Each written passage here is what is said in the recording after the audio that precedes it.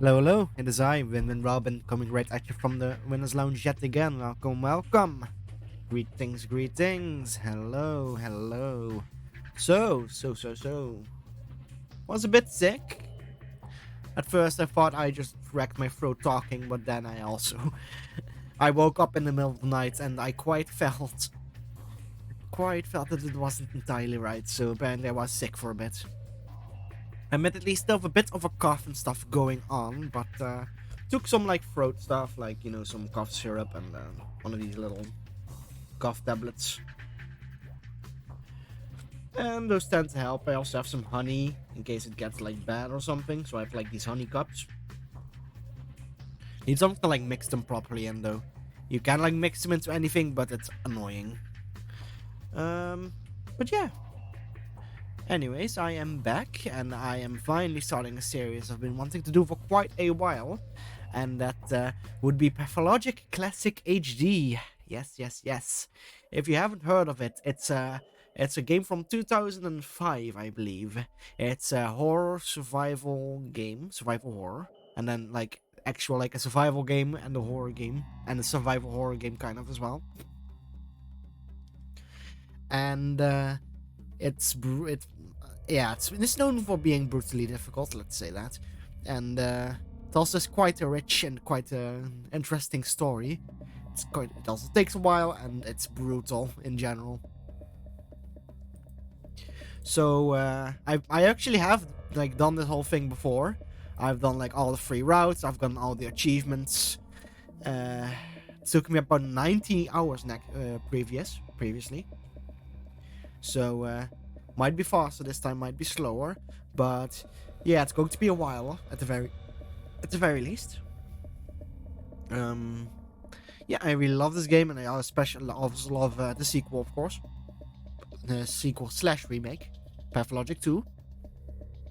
And probably when you finish this, I'll probably just switch to Pathologic 2. Hopefully, maybe by that time there might be more of a know-how on when the next route for Pathologic 2 comes out, because that game technically isn't finished yet, though definitely is still worth playing, of course. The one full story is done, they just need to add the two other characters, basically. But yeah, so really wanted to do Pathologic Classic for a while, and I figured it's finally time to start things off. Yeah, so what we're going to be doing is we're going to do all the 3D characters. We're going to be saving all the bound, and the bound are like important characters to your character specifically. And I guess for transparency's sakes, I do have a guide like next to me, just to like some stuff, so I don't get like entirely stuck. And like most of what I've noticed, most of what it's in here is basically just like a better explained, or maybe not even better explained, more poignant version of the quest lines anyway. So you might not even need it, but just in case, I'll have this by the side so I don't get like utterly confused, because this game can be confusing sometimes. Yes. Aside from that, let's see. Also, by the way, the music I've been playing so far is from Pathologic itself. Really good soundtrack. One of the few things that most people agree on, that the original does better than the sequel. So this game will have lots of walking. I'll probably explain and talk a lot about lore stuff, and I'll try to like really go in depth explaining stuff and talking about stuff. I've been like watching more than 10 hours in total of like lore videos just to like refresh my memory and stuff. So yeah, that should be very fun. Let's see. Aside from that, well, nothing really special, so I think we should probably just slowly get started. No hurry, honestly, so...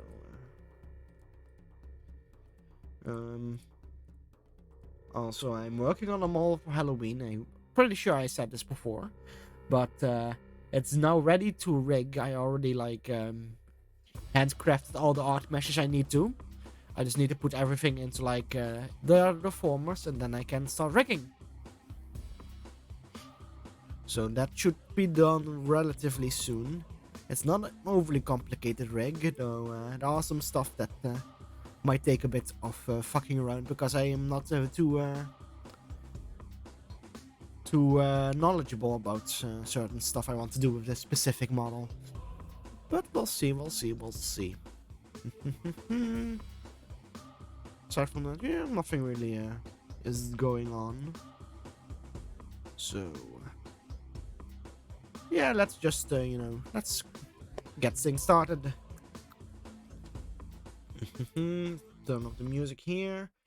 So, this game is an old game. It fucked with my Windows and stuff before when I turn it on for capture.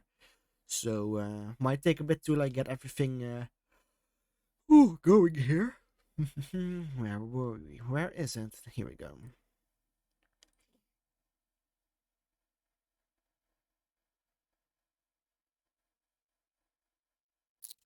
Alright. Oh yeah, also this is published by Devolver. Like, I keep forgetting, it's very interesting. I speak large developer. Let's see, I think there's like the little thing here, so let's watch it. Traces of the supernatural reveal themselves more often than intelligent and reasonable men would prefer them to.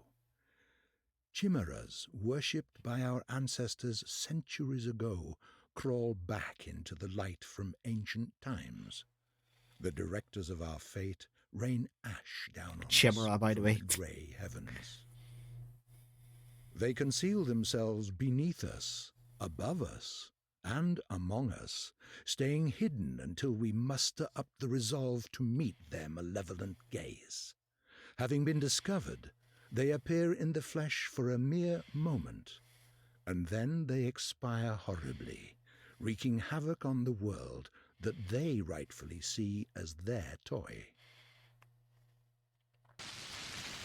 Oh yeah, and this is starting cutscene. I'll talk about what he just said in just a second.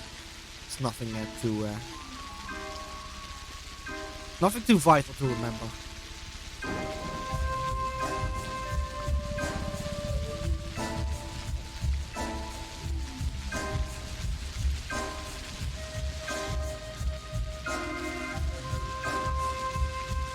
Also, keep these children in mind. They're actually all important to the plots in different ways.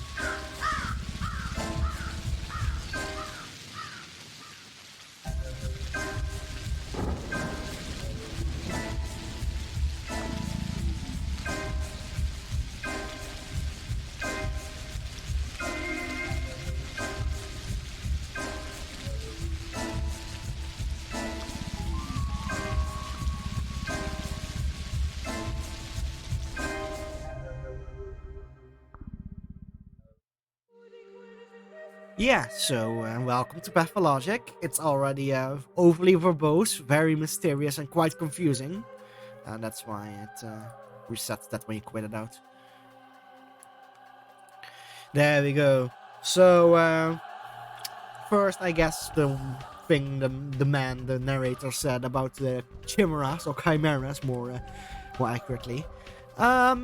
Honestly, it's just kind of a poetic way of saying, like, weird and fucked up shit happens that science can't always explain.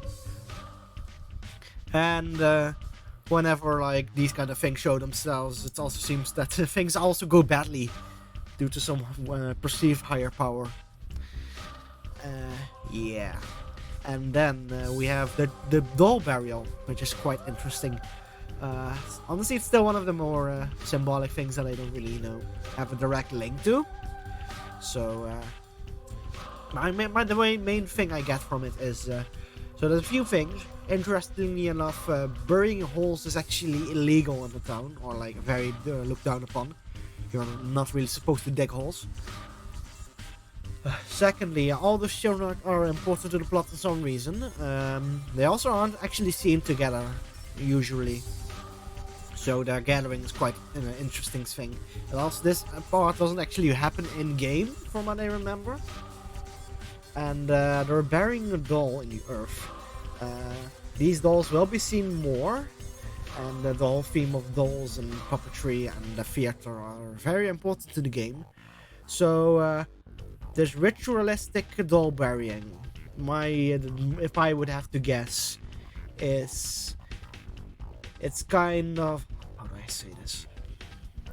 And in the second game, it's actually quite a more prominent theme, where like basically the children start acting out what the adults are doing in real life, like all the horrible stuff that happens during the game. They start like pretending to do the same. So in that sense, that would be like that, but it feels a bit different there.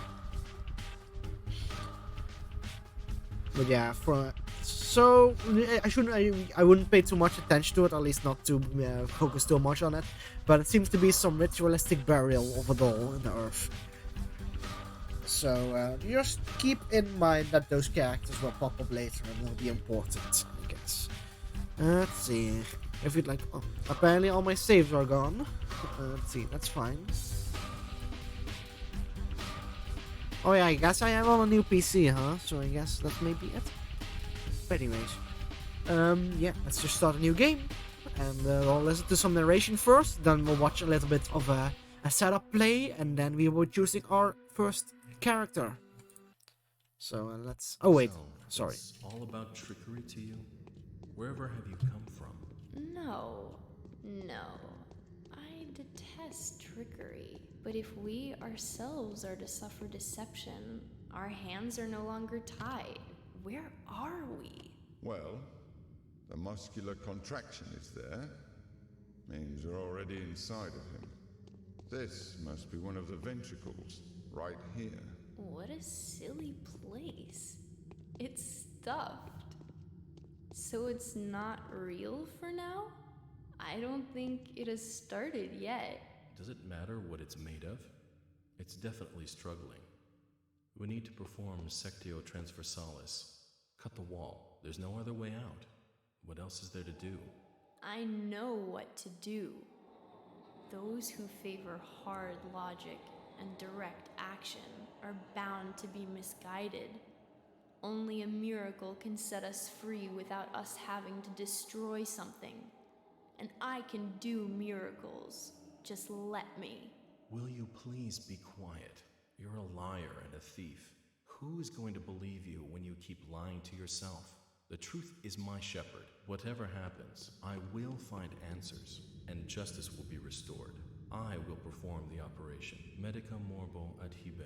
Don't you go all bossy on me, clever clogs. You will act justly, but your justice will blind you and become his demise. This calls for the gentle hand of a surgeon. Step aside, both of you.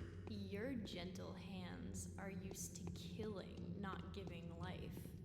You will inevitably do harm. As for Brainy, he has no regard for casualties at all. Neither of you knows compassion. Yes, it seems unlikely that we'll get along well, but there's only one truth. Any choice is right as long as it's willed. That's the truth of the matter. Only the heart will show you the right choice. Stop thinking about yourselves. Think of the sick. He's in pain. I can't see it yet, but I can feel it. It's not even a trap. It's a grave. Subipsum funisumus. Can't say I hold a soft spot for it. I can see that. You're full of hate. Stuffed or not, it's breathing. I can hear it. It can be healed rather than killed. You mean you won't become a killer? But you will. Mark my word, that's exactly what will happen. But I can avoid it. No, we won't ever get along. I suggest we be on our way. The sooner the better. Off we go then? Let's go. The clock is ticking. Alright, sorry, I was a bit distracted there, but because the controls were being weird. I switched the controller, by the way. I haven't played this game on controller, but it seems to work better than with the mouse currently. Yes, so basically, I'll introduce you. So the girl here on the front, the one with the little hat, that's Clara. She is the changeling. Oh, I forgot the white lights went out. And then the guy with the deeper voice, the more blunt one, that's Artemi Burak, the Haruspex. And then the lighter voiced gentleman with the Latin phrases randomly thrown into his speech would be the bachelor Daniel Denskovsky. So the thing that that conversation basically was about is, well, first off, it sounded a bit like weirdly acted, right? And well, like, I'm not entirely sure if it was 100% intended, but for all intents and purposes, they are actors on a stage basically practice reading their lines, let's say that. And the thing they are talking about is they're talking about one, a place, and two, some kind of sick. And it seems like they almost are referring to like one singular patient. And they're kind of like arguing about how to like deal with it in like very vague and very obscure terms. Let's go to the characters screen here, and it'll give some more light on each of these characters, and then I'll speak more about their methods and what they were speaking of just now. So let's do that. Oh. That was weird. Anyways, yes, here are the three characters. You have the Bachelor, the Haruspex, and the Changeling. Yeah, it's not yet unlocked because I am on a new PC since I played this game, of course. So let's read the flavor text here, and then we'll go over some more detail about their characters, I guess. So we have the Bachelor here. The history of humanity witnessed a number of catastrophes that have demonstrated without a shadow of a doubt the pettiness of human achievement and triumph of the invincible evil. Outbreaks of infectious diseases that have from time to time wiped towns and cities off the map are undoubtedly among those. However smart and virtuous, the people caught up in these destructive events have repeatedly come to the conclusion that it's no use trying to fight these circumstances. The best you can do is bite the bullet and cope with your losses. This is a story of a person who has managed to work a miracle and defeat a seemingly unvanquishable foe. So, yes, Daniel Denskovsky, the Bachelor of Medicine, basically is a doctor from out of town, let's say that. And his whole thing is he studies and is ultimately trying to fight and defeat the entire concept of death, basically. He believes that instead of death maybe being a natural law that we all have to deal with, it's just something that we can somehow overcome with human science and achievement. Might need a drink and pause a few times. This game is going to be quite a bit of reading and talking to explain everything. So yeah, that's our Daniel Denskovsky in the little arguments we were shown before. It was indeed clear that he seemed quite cold towards this perceived patient, and he definitely seemed more on the facts and logic side, let's say that. He was being kind of snarky on the more spiritual approaches of these two. So yeah, that's definitely going to be his angle, basically. He's basically going to be the outsider. He's going to be acting more like conventional medical practices that we are more familiar with. And he's a bit of a pretentious asshole as well, with his Latin phrases thrown in here and there. So that's him. Now we have the Haruspex. Artemi Burak. How do they call upon the Manku, the faithful of the Warden Kin? Known by their hands, for that they are butchers. Known by their eyes, for they are surgeons. They follow the lines. They who are the leaders of the kin. They who speak to the Uduaks. They who knows the secret art of Haruspeci. What is a Haruspex? Reading the future in the entrails. He knows that a body bears semblance to the universe. His scalpel follows the lines of the body. His steps follow the lines of his kin's fortune. A Haruspex that can tell a true line from a false one is entrusted with power. A Haruspex who is confused by his path gets buried into the deep black flesh of the earth. This is the story of a person who has avoided the contradiction, eager to rip a doomed life apart, masterfully fulfilling his true purpose in the process. So, this would be Artemi Burak. He definitely seems to be more closely acquainted with the actual townsfolk and their customs. And more specifically with the native people of the town, the kin as they are referred to. And It's this definitely is quite a confusing set of words for people who don't know anything about the context of the game. So the best way to explain it is that a Haruspex slash he who follows the lines, warden, kin, they're all basically terms for the same thing. And they are basically like surgeons slash witch doctors slash wise men. And because a little bit of a spoiler, I guess. Well, not really, a bit of a world building thing is that, well, as digging is illegal in this town, cutting apart bodies is also illegal in this town for most people. Only specific people from specific Haruspecs. Oh, Haruspecs. There's like a name, Manku. From certain Manku families are allowed to like cut into bodies and perform surgeries, basically.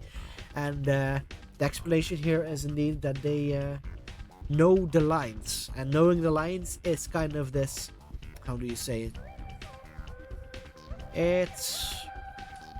It's very philosophical and very like almost like astrology, I guess. Like they kind of like can reading tea leaves and stuff like that. It's very similar to that. Yeah, so these trained like specific people from specific family lines are the only ones who are allowed to do this.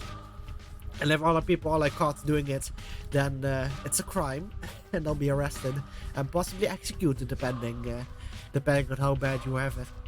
So his story basically, he returns out of town after getting a letter from his father, Ishido Burak, who requires his help with something, and then shit hits the fan. And Clara the Changeling, as you can see, she is not yet unlocked and we cannot read any flavor text with her. In short, I guess I won't go into too much detail about her specifically, but all you need to know about her is that she's like a miracle worker. She's like a thief. She's a very polarizing figure in that sense. Like she does both miracles, but she's also like generally seen as a menace, and some may even think that she is the source of all of this. So we'll need a lot more context to like know her entire deal. So I'll refrain from talking too much about her. We'll learn more about her as we place these two, and then eventually we'll go with her route, of course. So, which one of these would we choose first? Of course, out of these two. This one is not yet unlocked, and is obviously strongly implied we shouldn't go with her the first time, of course.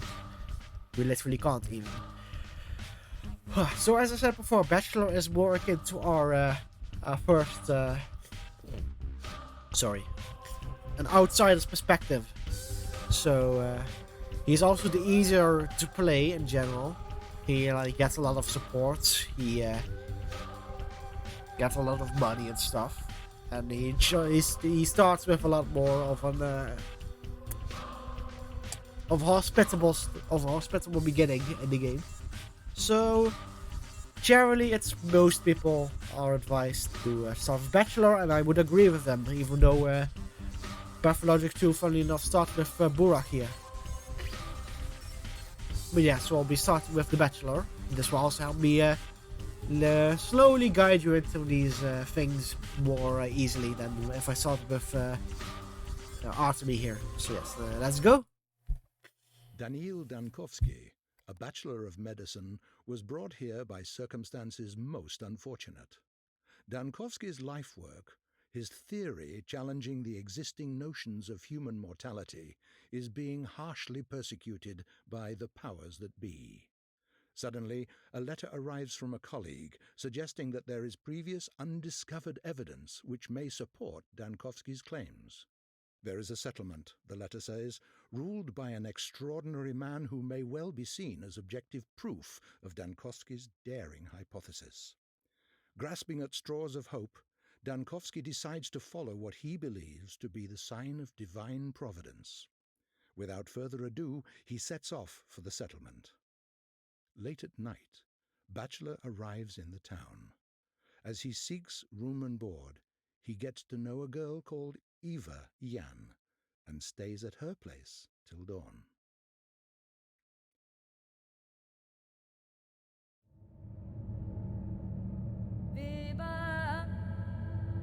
Yeah, apologies for that. My nose is a bit stuffed, so yes. Let's watch this, and then I'll talk about what we just heard, of course.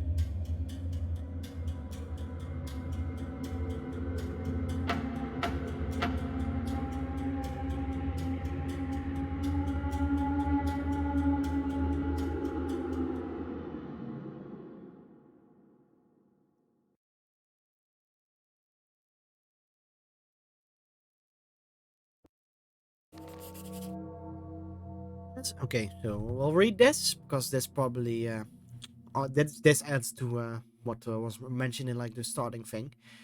Yeah, so as of today, my mission remains obscure. The examination of Simon Kane, who is rumored to be a man of incredible longevity, may shake the very foundation of modern thanatology and challenge the existing notions of death itself. However, even as this undying Leviathan proves to be more than a fairy tale, the mere confirmation of his existence won't suffice to prevent the powers that be from shutting our laboratory down.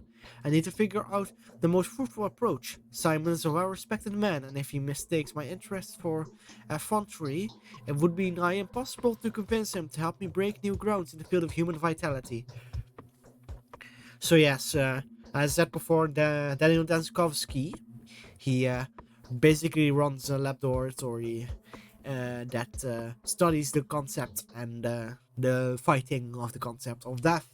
And it seems the powers of that be, which would be the government in this context, of course, are basically threatening to shut his place down unless he finds like proper proof for his theories and any ways to like make any way to use them, I guess, to use them fruitfully. Sorry. This game, it's a bit hard to like talk about this game, especially because I can't talk very well in general. But yes, so basically they want results or the things getting shut down to make it more bluntly known here. And the reason that our friend Denny, let's call him Denny, our friend Denny here is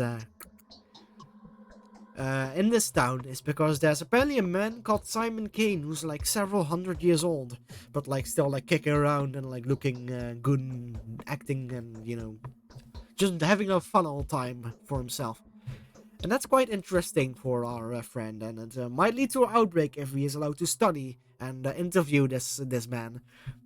So our main quest about the entire game, is to find Simon Kane, see if we can get an audience with him, uh, find a way to use his supposed immortality, or at least his very much longevity, to keep our lab from being shut down by the powers that be. That would be our main quest.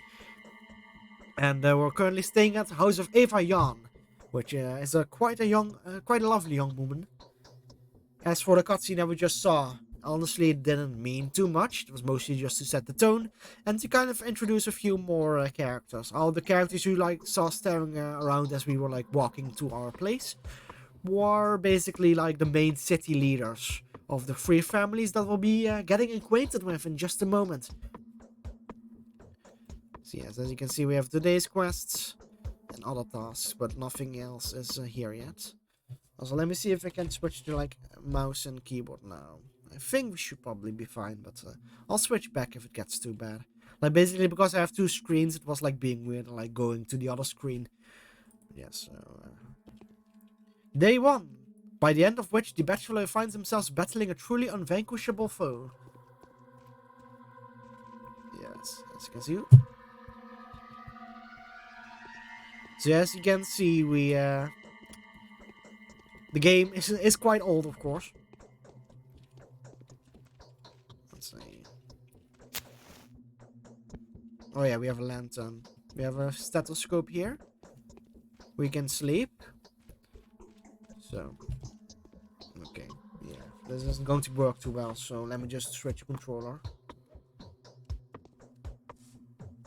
I'll just need to relearn all these controls, I guess. How do you put away my fists? Okay, access to open.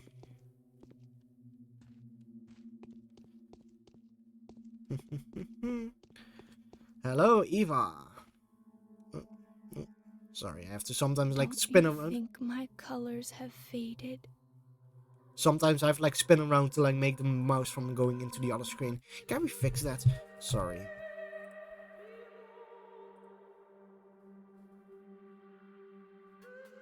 Oh, wait, cancel.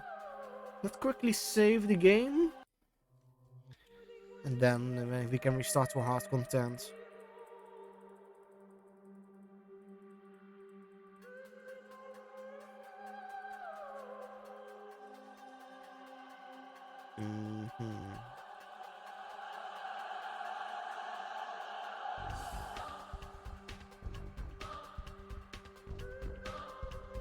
No window mode or anything, A. It's quite annoying.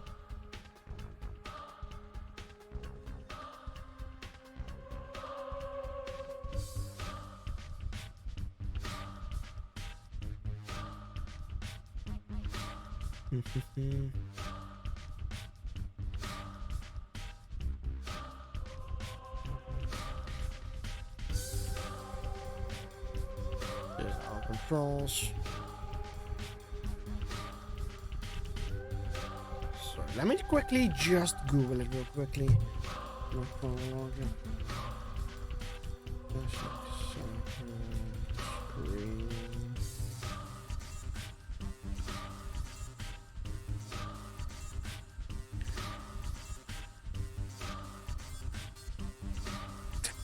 Of course, the first one is being fucking asshole.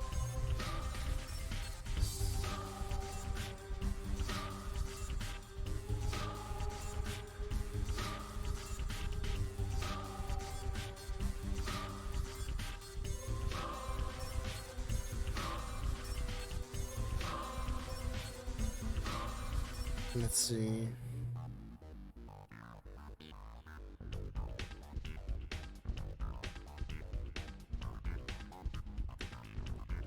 Okay, this seems to be...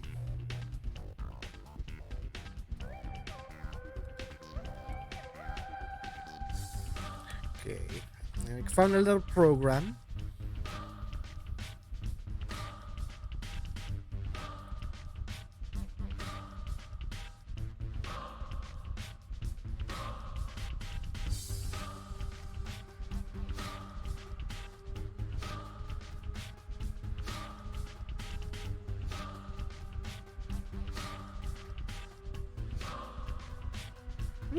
Okay, Steam overlay might fix it. Let's see if that works for me.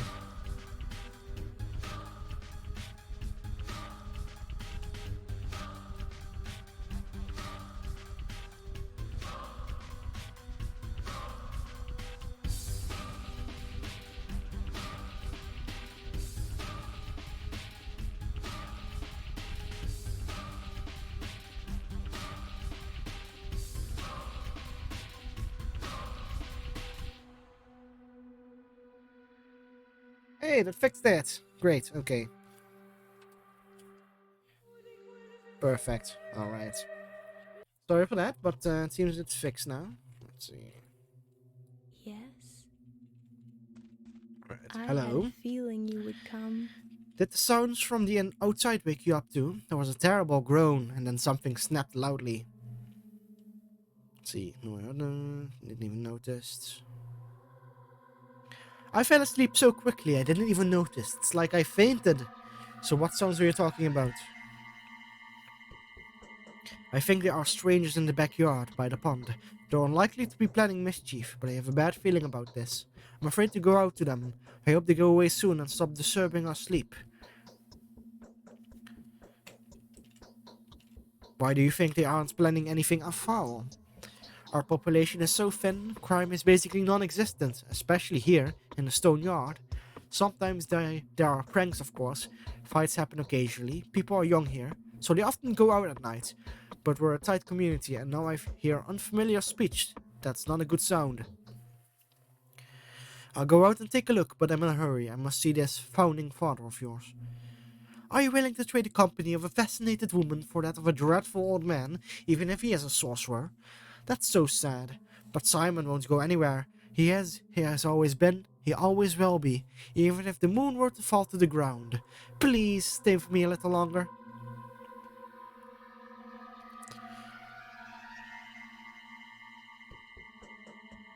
Let's see. Simon is a sorcerer. Did I hear you right? Is that the secret of his longevity? Are you in that much of a hurry? Do come round. The canes are asleep now. Take your knockabout coat off. Have a rest in my bed. Let me warm your hands. You are so anxious to see Simon, as though your life depended on it. My life, yes. Now that my laboratory is on the brink of destruction, my whole life pursuits depends on that remarkable man. If he has really managed to live that long, then this tissue will help me defeat death. Death. So that's the enemy you've chosen for yourself. Isn't it hard? I don't think anyone has managed to defeat that evil yet. Millions of doctors have defeated it on certain singular occasions, but my enemy is more fearsome. It is death itself, rather than a singular case of death. I don't understand. I can barely understand it myself. Could death only seem inevitable to us, but in reality be nothing more than a whim of the will that had shaped this world? That is the question. So where's the key to my victory? It's not far. The Canes live at the Crucible, on Bridge Square. But could I please offer you a piece of advice? Go on. I need no advice. Go on, go, and I'll prepare everything for your return. Do come back after you speak to the Canes. They will probably do a lot of things that will puzzle you and put you on guard. I will have some advice that may help you if you need it. I'm unlikely to stay here for long, Ava. I will depart after speaking to Simon, with or without him. And they show me where our friend Simon would be. Interesting. So as you can see, we're a bit of a prick. Bit of an asshole. My bedroom. I is need no warm, advice. please. Yes. But yeah, as you can tell, it's she really wanted us to stick around. And there are some ruffians outside that we may want to check out. So let's go outside and see. Oh, hello. I introduced to you the executors and the tragedians. Let us speak to the tragedian first. Hello, my weird-looking man. Venerable bachelor, please be so kind as to linger for a minute. This conversation won't take too much of your time, especially since time stops during dialogues, at least during the important ones. And our dialogue is extremely important. You need to know how to play after all, don't you? Play? What are you talking about, masked man? I'm neither a gambler nor an actor. Of course you aren't. You are a living, breathing man. As evident from your conditions and statuses, you experience hunger, thirst, and fatigue. You suffer from pain, wounds, and diseases. You're so lifelike. You have to eat, drink, sleep, and rest, and to make mistakes. No, I don't. Not me. The latter being the most definitive proof of my human nature, wouldn't you agree? If I may, I would like to point out just how important it is to keep an eye on condition. If you get this, you are naturally as sluggish you have checked up. Vital processes tend to run faster during emergencies than in everyday life. I knew a person who died of stress but was diagnosed with starvation. It happens, I can testify to that as a doctor. Need I remind a wise man like you of the fact that hunger is stated with food? Food can be found in shops, and shops can be found in ordinary houses that are marked with specific signs. Sleep, however, is more complicated. People only sleep in beds and only in private residences around here. I am sorry, but that's just how our world is. Yes, the world is unjust. And quite silly, if you forgive me for saying so. Speaking of commerce, different shops sell similar items at different prices.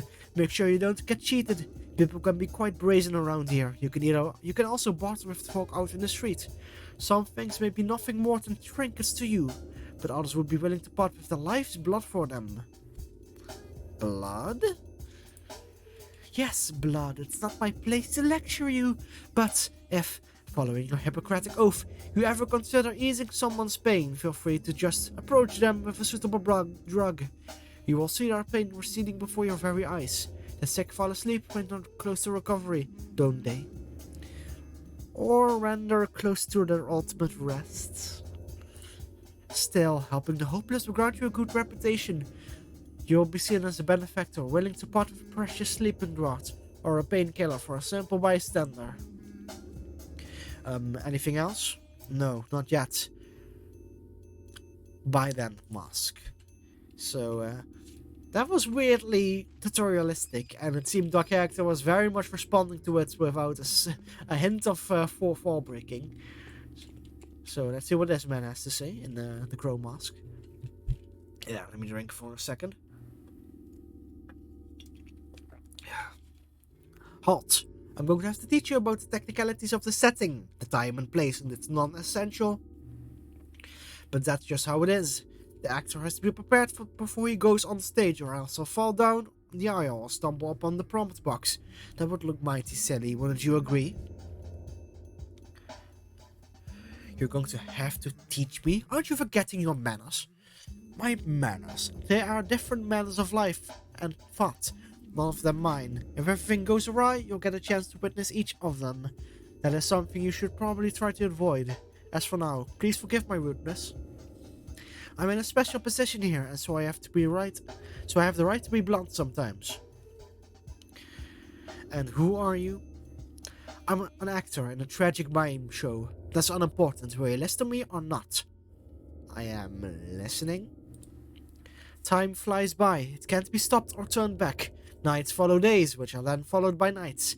Things happen without any regard for whether you're here to witness them. Don't expect anyone to wait for you. Most events can be missed. And so? And so it would make sense for you to visit the places you care about regularly. You'll find the people that will play major roles in your fate there. They stand out from the common folk. The rest are just crowd shot, a background, a bunch of extras. As it always has been. Indeed, still, it's best to avoid hasty judgment. It's a paradox, you see. Don't try to care too much for the lives of these bound to stand out people, and don't be too dismissive of the silent crowd. Both extremes will end in tragedy. Why? The world cares for your reputation, a fine and crucial instrument. Your reputation changes the world you see. The world is a mirror, wouldn't you agree? And so a bad reputation can get you into a lot of trouble.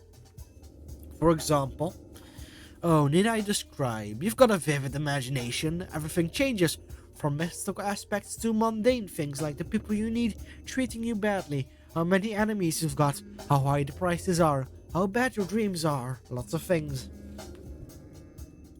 A sorry prospect. So, how do I maintain my reputation?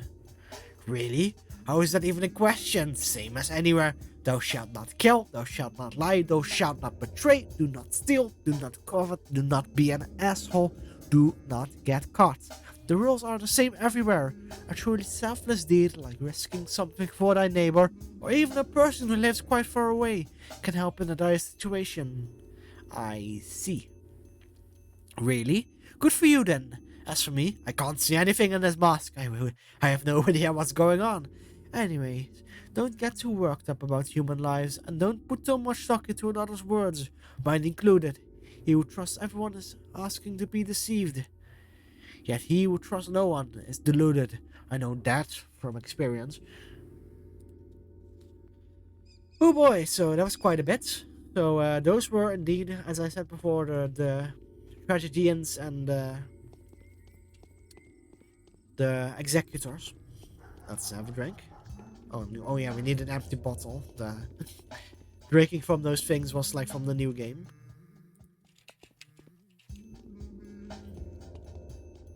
And they were basically explaining the main core mechanics of the game. Why is she running? That's weird. She shouldn't be running from me, I believe. Also, let's check our map. Oh, tab is on. What's our map? M?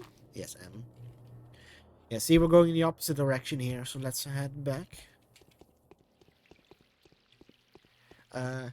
Yeah, so basically we have hunger, we have exhaustion, we have infection, and immunity as our status effects. Those are physical things that we need to keep a check of. We need to buy food to deal hunger, we need to have water for our thirst. That also cures exhaustion. We need to sleep, we need to make sure we don't get sick, etc. There's also reputation, events can be missed, everything is on a timer, we have a limited amount of time to do everything we need to do, and if we kill people, if we steal stuff, then people will start to dislike us, and that may affect how we can deal with townspeople. And as you can see, this game does not shy away from telling us it's a game, basically. The fourth wall is quite fragile in a lot of places.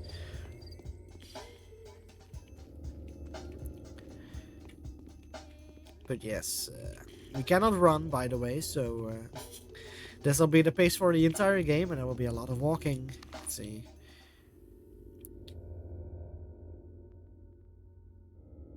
Okay, so the opposite house of this one is, I think, the right one.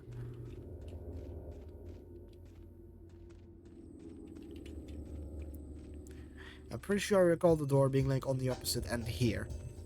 Yes. Oh, wait, never mind. I think that house has like the door on the other side. Whoops. Luckily, day one is rather forgiving. So, in terms of time. So we have lots of time to go around and do stuff.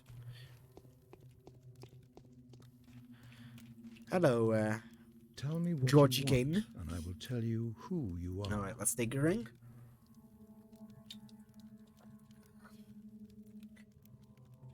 So, time for the first in a series of very unfortunate events. Most venerable doctor, it is with great impatience that we have been expecting you. You don't need to delve into the minutiae of your business with us, since our family is well acquainted with your scholarly work. We are also quite aware of the difficulties you are experiencing and well prepared to do our utmost to support you. It has been all the more to be the one to inform you that Simon, my consanguineous brother, the creator, keeper, and embodiment of all that surrounds us, has been murdered. Killed. Fucking hell. So already something has gone wrong. The person we came here to see is fucking dead. Damn it, why did it have to happen just before I arrived, right as I found a chance to prevail? Precisely. Why did it have to happen just before your arrival? Are you asking yourself the same question? I hope you don't see any connection between my arrival and the murder. In fact, I do see a connection. However, do not mistake it for a thought that it was you who murdered him. Well, that's at least something. Isidore has done more than he thinks. I have a lingering feeling that time itself is using uncontestable powers to further its own intentions. What do you think? That's a very weird sentence. Let's try to decipher that. Time itself, okay, is using uncontestable powers, so powers you can't fight, to further its own, so time's own, intentions. Okay, let's be equally pretentious back. Categories like time, nature, and fate deprive man of responsibility for what goes on around him. I was taught to avoid this worldview. It could be that my mind is clouded by sorrow, but I cannot escape the feeling that your arrival was no coincidence. Your choice was made for you, my dear doctor. Do let us not blame fate for it. Isidore wrote to you without making us aware. He took a risk that could have displeased our family. Really? Even though we were uncertain of when you would arrive, my brother was looking forward to meeting you. The tragedy may have been a consequence of the actions he took in preparations for your arrival. Someone has taken a powerful piece from the chessboard, a piece upon which your position here depended. It is doubly regrettable that Simon was playing on your side. So you presumed the queen knew of the blow and sacrificed itself for our pawn, but why? So here they're implying that he took some kind of bullet for us, for our sakes, in some way. To grant you victory over death? Was it not your ultimate aspiration? To help you, Simon seems to have played a very dangerous game with fate itself. He went out of his way to provide you with a body of evidence. What did he do? It is of no importance to me exactly what he did. He took another leap for the stars and paid a terrible price for it. I repeat, he was murdered. The subject of importance here is the identity of the murderer. Everything has gone to wreck and ruin. I wish I could take vengeance upon the person who ripped the life from this man. Yeah.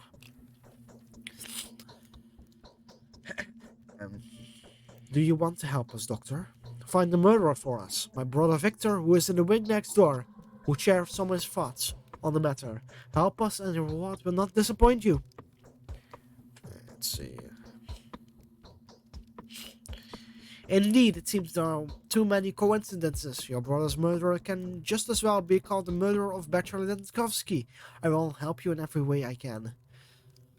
I am convinced that if there is anyone at all that can help us solve this puzzle, then it is you. This mission calls for someone as astute and inventive as yourself.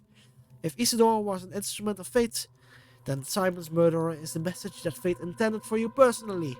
Do not think I am inclined to blame you for it. I am not. How do you plan to look for the murderer? We will take our own measures. The only thing I expect from you is to be yourself. Do only what you think is required. Whatever you find out, whatever you do, whatever your day turns into, everything is a clue to the solution of this puzzle. I repeat, everything that is happening here is happening on your account. You have my sympathy. And we're going next door to speak more about this boiler.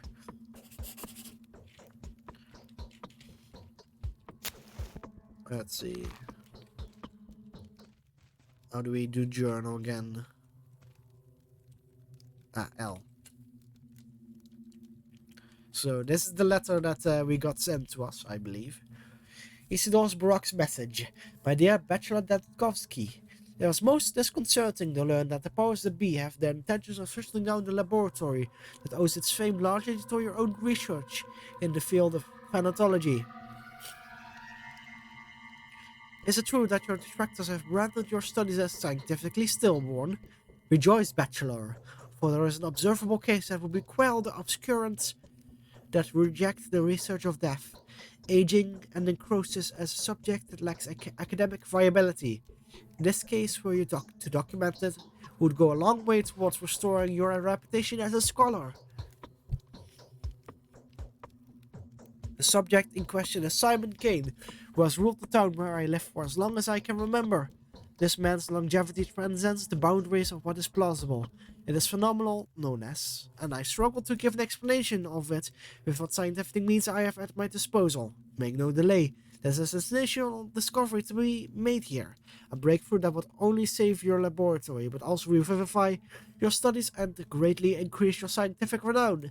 Your humble servant and faithful colleague, Isidore Burak. P.S. I spoke to Simon on your behalf, and he has kindly agreed to facilitate your effort. Their daring ideas and far-fetched projects are traditionally very well respected in our neck of the woods. 1 second.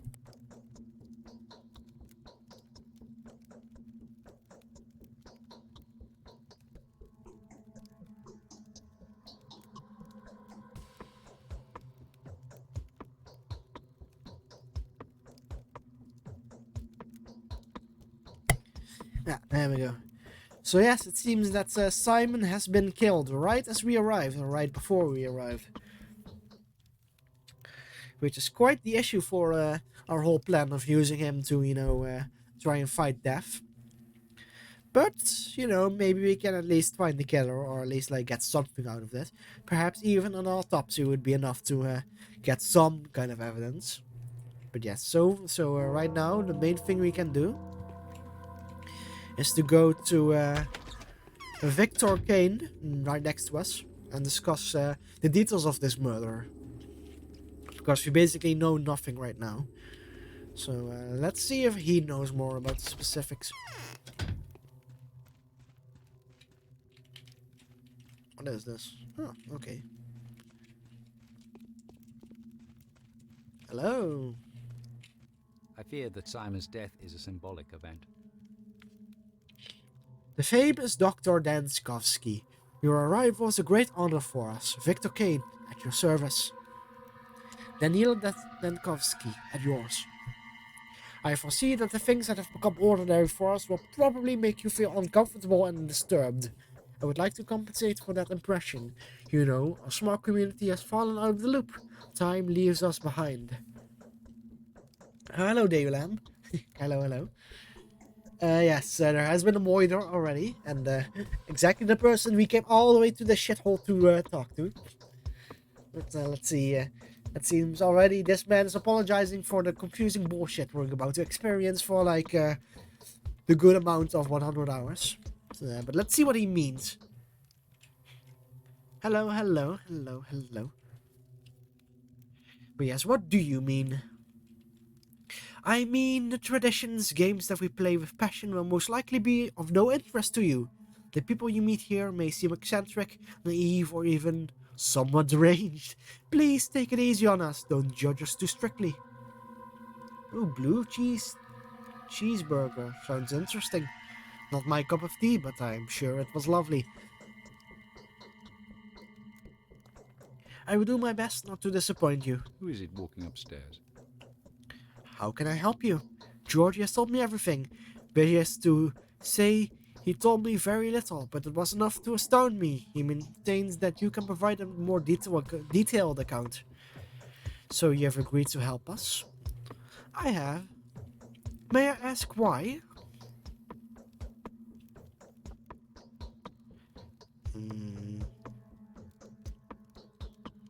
The killer's goals seems to align astonishingly well with the goals of those who have been waging war against my work for years. Oh no, it was a mistake. I'm now full of misery. Now join the rest of us in this game. So you're right. You're in good company, my friend. You're in good company indeed. I'm prepared to answer any question you may have. When was Simon last seen? He went to Isidore's home. He sent Isidore home. Then, an hour later, he came to his hall to see us. He announced his plans to withdraw to the Focus and receive no one. He told us not to approach the Focus and to fast for a week, partaking of neither meat nor water. Then, in the morning, he was found dead. Why no meat or water? Our explanation is that he wanted to be mourned beforehand, as is the custom with the local people. This is very like him. So he knew in advance that he would die? I think, between me and you, that this is precisely what my brother Georgie fears. I can say nothing more about that. How was the body discovered? The servants discovered him in the morning. The room had been ransacked. Everything that was breakable had been broken. His disfigured, contorted body bore signs of terrible suffering. His neck was twisted, his spine broken, I think. No one has touched the body. It is currently inside the Focus and will remain there for a prescribed amount of time. What's this Focus place?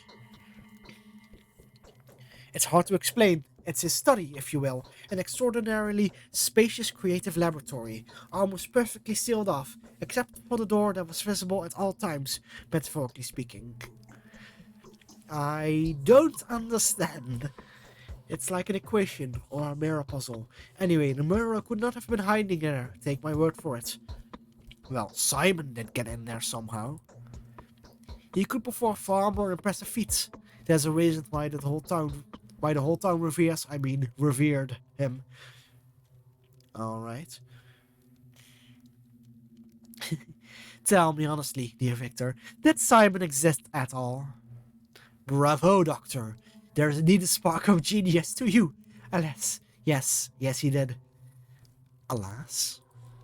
It's not that I would benefit from his death. Alas, for that would be too simple of an explanation. Simon well and truly did exist. But exactly what's left everyone in disarray. It was so hard for them to accept his existence that the thought of his demise now is now driving them mad.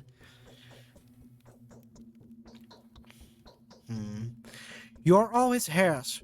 Wouldn't you benefit from his death? Didn't the old man rather overstay his welcome in the world? His death is a challenge to our continued existence. We are neither insane nor suicidal. Who do you suspect? Also, I'm going to recap, kind of talk about everything said here in more layman terms after the conversation is done. But yes, who do you suspect? Let's see, just take a look around, trust your intuition, do whatever you like. Speak to wherever you feel you need to. Look for the murderer, Doctor, and you will find them. Keep looking until the last breath. I'm sure your rational thinking will help you. So, Isidore is the only lead. How can I find him? I'll show you, but you must be careful. Simon's murderer, whoever they are, could not be an ordinary person. I can't imagine them even being a person. I fear it could only be fate, wearing the guise of a mysterious monster. I don't believe in fate. And we are shown the directions to Isidore's house. Let's see. What's the... Q. So now we have a new quest. In pursuit of the killer, to find out who killed the immortal Simon Kane, the dead man's own family may not want it more than I do. I have an abiding desire to punish the murderer, to eradicate them, no matter if they were acting on their own account or at the behest of the powers that be. Whoever they were, they picked their moment far too well. My gentle associate, my selfless advisor Isidore Burak, was the only person to see Simon Kane alive. If it wasn't for Burak's guidance, I never would have come to this backwoods domain. All the more reason to start my pursuit with him. So, yeah, there was some confusing stuff mentioned there, specifically about this focus. So, from what we know currently, this focus seems to be a space that Simon himself can only enter. And it's strongly implied that no human can really enter that place at all. So this kind of implies that whatever it is wouldn't be human. Or at least that it wouldn't be rather easy for someone to just sneak in there and kill him. So that's quite mysterious. I definitely keep this in mind for trying to form theories on who may have killed him. But all we know, that is definitely not easy to impossible as some people seem to think right now. So now we'll be heading to Isidore Burak's home. He's our colleague and the person who got us on this whole quest to begin with. He dropped the tip about Simon being immortal and helping us with our research.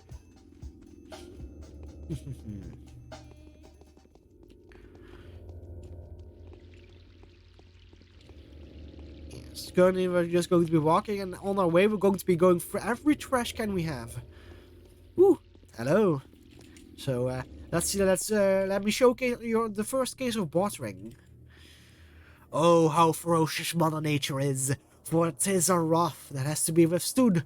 Oh, friend, if only I could wet my whistle, I'd gladly give you anything on earth in exchange for a gulp of chilly spring water. How about you, water? You have your water, and I'll have my bandages. But first, let's see this question, which is interesting. Why don't you drink from the river, then? Only lowly animals, dirty from image, drink from the river. Us proud men deserve to drink spring water. 'Tis brought here in barrels, but they're often empty. I get it from there, but I'm out of bottles. I drank straight from a fountain, but I'm gonna faint. The air here's too spicy. I'm barely walking at it as it is. So, the local herbs are in bloom this time of year. The not blooming professor, they're withering and hence producing general languor. People fall dead without sleep, like leaves from a branch, all because of surplus of juices, or maybe not. I'm not really a science guy. Why don't you shut up then? But let's barter. Come on. Ah.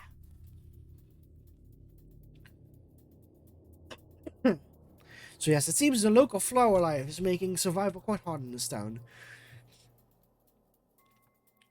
Well, suddenly it seems this guy doesn't even have anything, so we wasted our time a bit. But yes, as you can see, we can just like trade with random townspeople. And those guys, those are the archetype of the drunkard. Or the hungover guys, I guess. And their whole thing is that they want water for their hangover. Which is quite funny. Let's see if this guy has any.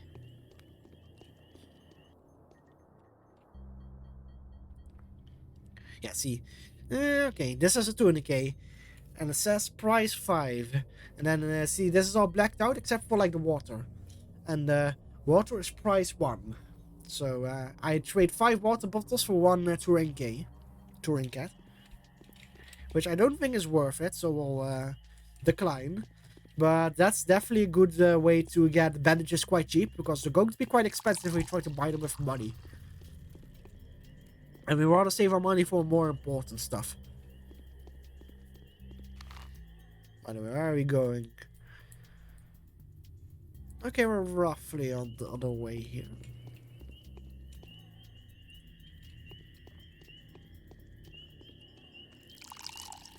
I'm going to be taking a bit of our time to like scavenge a lot. Because that's going to be quite not something that we're going to be able to do much later on. We won't have as much time as day one, because I think days get gradually faster. Or at least we'll have a lot less time to do everything we want to do.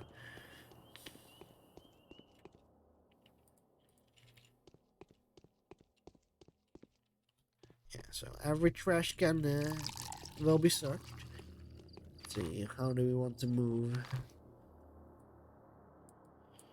I guess we can just like go right up here, and then we'll basically, whenever we hit this building, we'll just go around.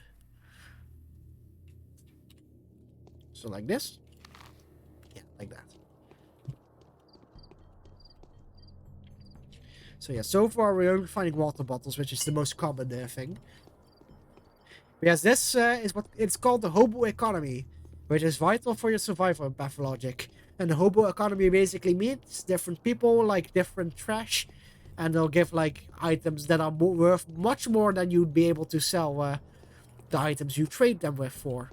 So these bottles of water are barely worth anything, but 5 of them are like worth a bandage, and a bandage would be worth like 1,000 gold, for example. And especially children who value like very specific but very useless items. Very much being able to where we can basically upscale the stuff we find from scavenging and finding in other places. So yeah, I'll see we'll ignore some NPCs. They do trade for stuff, but generally I know they don't trade favorably. Like the stuff they want is valuable enough, or the stuff they give to me is not valuable enough for me to bother trading with them. So you'll see me going for like very specific NPCs only.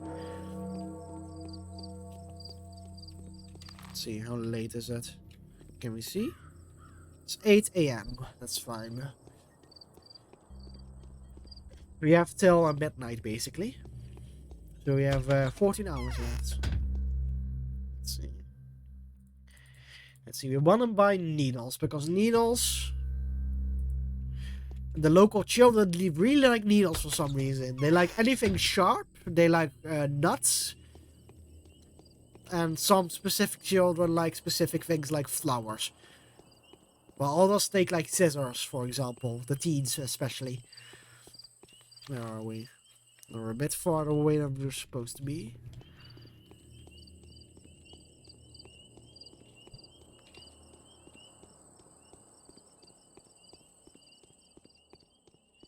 And the most important NPC to trade with in the game are going to be small blonde girls.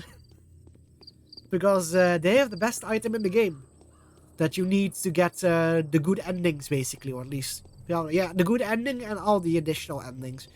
So whenever we see a blonde girl, we're going to zoom in on her. It will be a bit suspicious, but we just need what she's carrying, nothing else. Ooh, another drunk. Let's see if you have more favorable items. Nothing.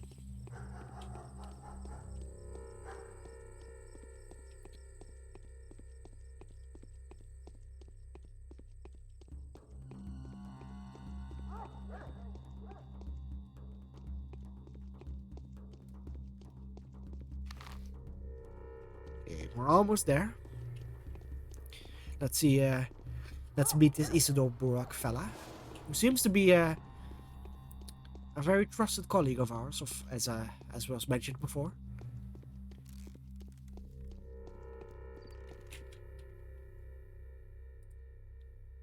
Nothing.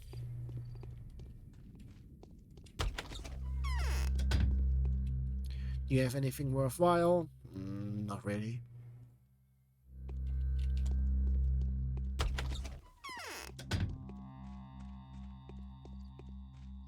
Is this the way? It isn't.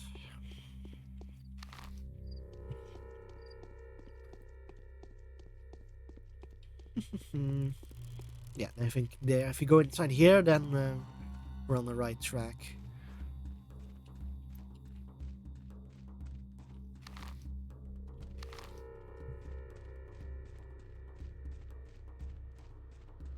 Oh wait. Oops. Never mind. Never mind.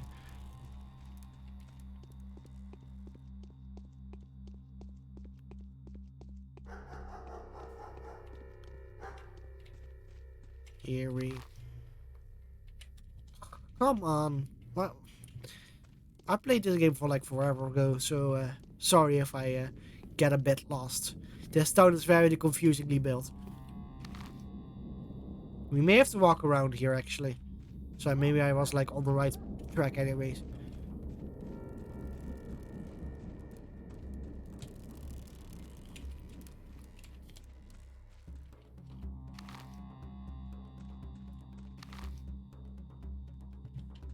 Let's see. Walking around perhaps.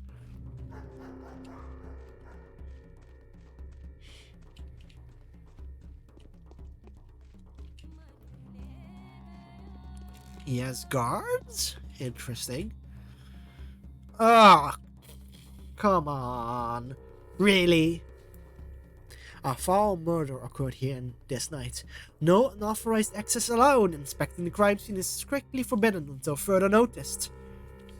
Is this a bad dream or something? Can someone wake me up, please? Whoever killed our only doc must surely be looking to get us all killed, Isidore. Could cure anything. He also knew how to make cuts or incisions, cause he was a warden. He knew his lines, alright. Like I said, it all makes sense. Whoever killed Simon took Isidore's life too. And this is merely the beginning. What makes you think the two cases are connected? Well, who would have the heart to attack such men? If you asked me yesterday, I'd only have told you no one would dare inflict such an ugly wound on this town. But if there is someone, it has to be just that. Someone. Although it looks fishy if you ask me. That thing was no man, that's what I think. No man, huh? Explain yourself? See, this murderer's deal is all mysterious.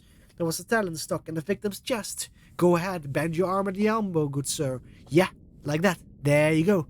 That's how long it was broken off. Oh, sorry. That's how long it was. It broke off. There was dust on the floor, for the deceased had been renowned step walker, and the dust was all covered in hoof steps and like traces of sharp bone, I guess? As if someone was using a walking stick round there. I'm telling you, it's her, the Shapnagadia, clay man-eater. Alright, enough of this. Is there a person of simpler mind assigned to work with this case? You've been assigned to dispose by Alexander, head of the Samurai family. His house is in decline right now, but it's still powerful and very much respected. For this day, they have been responsible for maintaining worldly order and public safety in our town since the olden days. Please kindly address your concerns to him. There's their rod. You just take that road up there and get to their cape. As for me, I'm not authorized to let you in. You should have said so from the start. Yeah. So far we've met like 2 of the 3 main families. We started with the Canes, basically.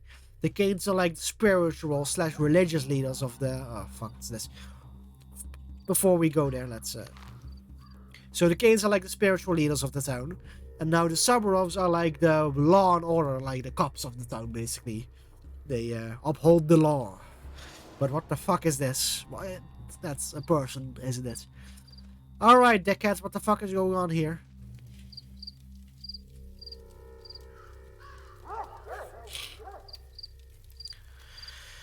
Ah yes, witch burnings! Bog! Fucking, and she's dead. Alright, what the fuck? Oh dear. Oh dear, oh. What have you done? How is it? That was no shabdak. That was a girl, a living girl. I hope you'll find yourself in our place as soon as today. But in the fire, she is not to burn, for she is made of clay. Wrong, all wrong. Hard she must and fall apart. What have you done, you dimwits? Smells like burning flesh. Huh. A mistake then. Gotta keep looking. Come on, fellas, let's find this bitch. Haven't cooled my backyard yet. Stop or I'll shoot you. Ugh, it's no use.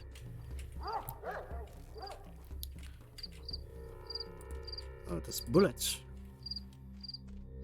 And a gun. Seems they also killed guards in their little witch hunt here. Probably because they were breaking the fucking law by burning a girl because they were looking for some fucking steppe creature who killed the main doctors of this town. God.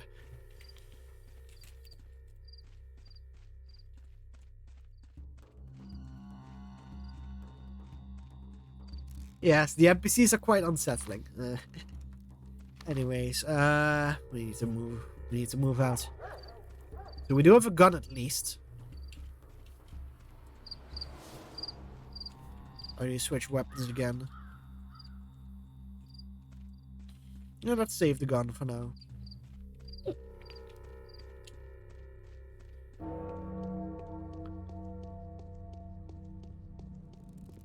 So yeah, it seems people are already out for blood for this supposed murderer. So it seems everyone is indeed quite upset about these murders, which I can understand.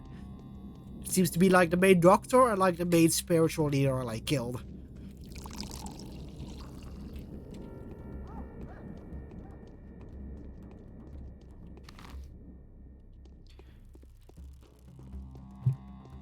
While we're on our path, let's visit the stores. Nothing.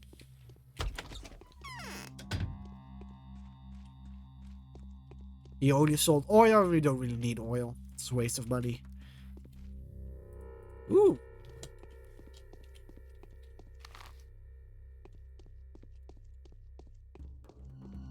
A watch. I think we already went there. So yeah, now we need to basically go to the local crime family or whatever the fuck. And ask for us to investigate the body, I guess? Or at least, like, see what the fuck's going on here. Hey, asshole. This Haruspex is trying to prove his innocence. It's a no-go. So, I finally get to see you. Yes, you really do like the messenger over several times. In any case, welcome to the Rod. Our meeting is quite significant in a way. Facing the change with open eyes and taking the first blow is my duty. Do you think we're on the verge of an especially unhappy era? No grim events have clouded our existence since last summer. The country has cured its war wounds. Commercial communications have been repaired. Astrologers expect nothing ill. Do you hold astrologers' opinion in high regard?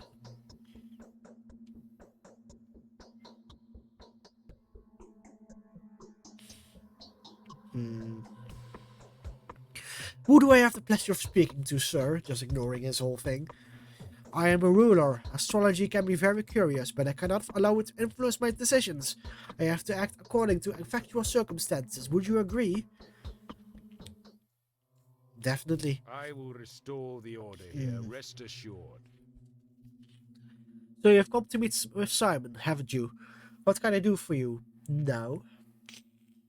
I was actually invited by Ethan. Let's see. Let's read all of these.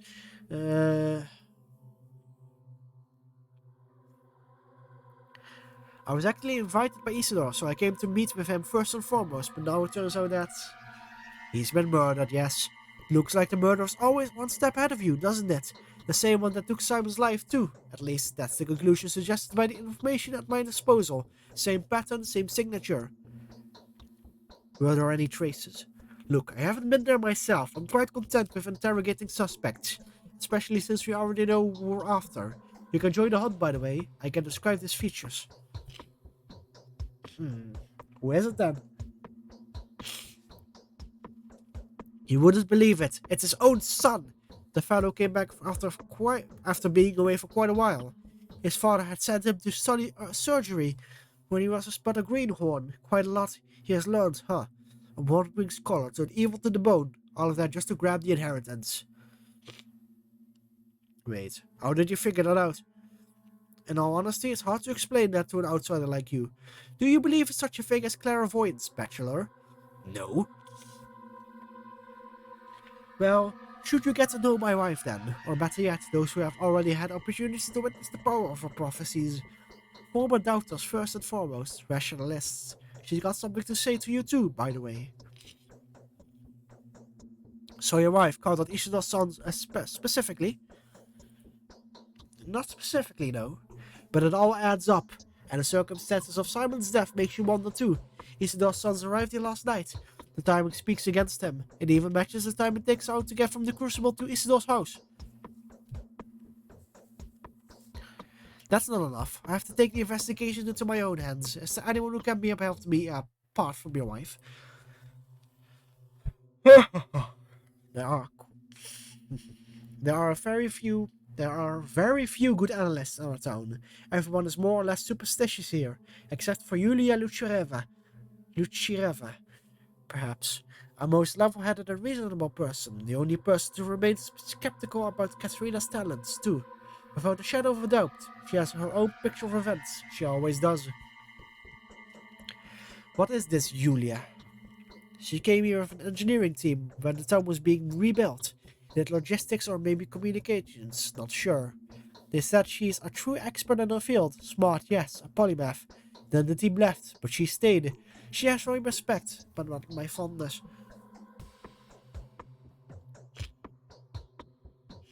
Very well, I'll speak to this Julia. And we get directions to her. Interesting. So it seems that he thinks Burak, his son, did it. Artemis. Who happens to be this other protagonist, by the way. But it seems that he's mostly saying this because of his fucking wife's crystal ball nonsense. So let's see what she has to say for herself.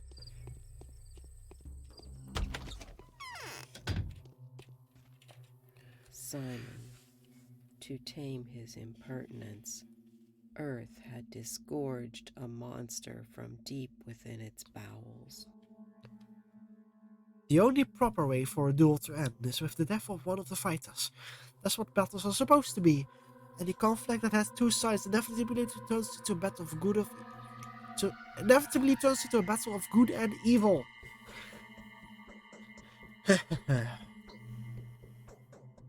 I never liked black and white mentality.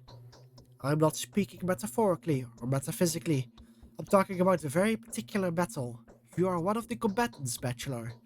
Deskovsky. Do you favor good or evil? I favor winning! Yeah, baby! Hell yeah! Spoken like a true warrior. I truly wish you victory, Bachelor, even though I doubt there can be victory at all in this battle. Thank you. It is as You if are a my brave man, temples Bachelor Deskovsky. were pierced with Why? This fight is very unlikely to end in your favor.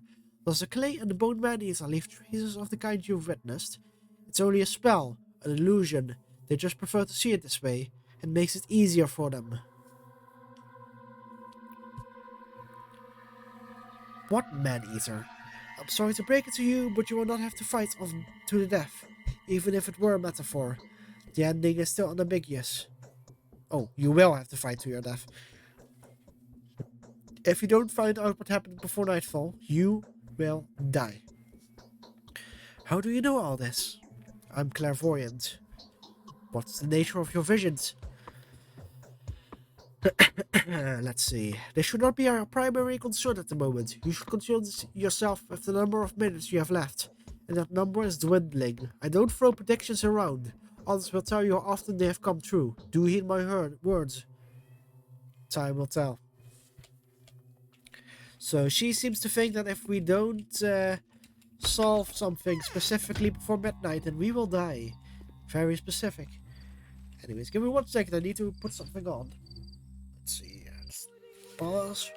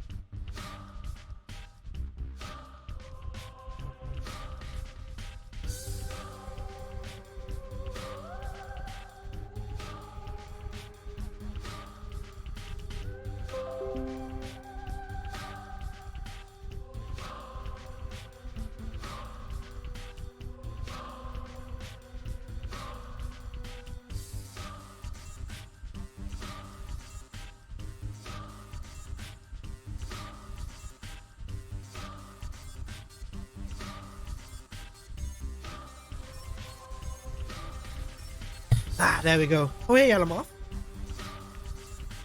Yeah, sorry. Oh yeah, the soundtrack of this game is fucking great. It's really good.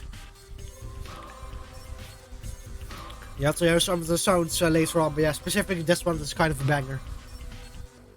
But yes, hello Yalamoth for playing Pathologic, as you can see. Currently we're investigating the murder of the person that we came here to see in the first place. But yeah, definitely look up the soundtrack of the original game on YouTube. There's lots of good tracks. It's like surprisingly funky for this game. Yes, let's continue. So yes, basically we visited the local law enforcement family, basically the family that does all the copping, does all the cop business. And basically they think the son of the recently killed doctor that killed both him and the guy we came to see here did it. Oh, they have bandages, great. And they think that because of his wife's visions. They saw it in a dream. But yes, so see, you can see bandages. This one is also a price of 5, which is why I didn't want to buy the Touring K from the other one, the Touring Cat. So we need to give 5 bottles of water to deal with the guy's hangover. I'll trade it for 1 bandage. So now we have a bandage, which is good for dealing with wounds, of course. Okay. Now we move up.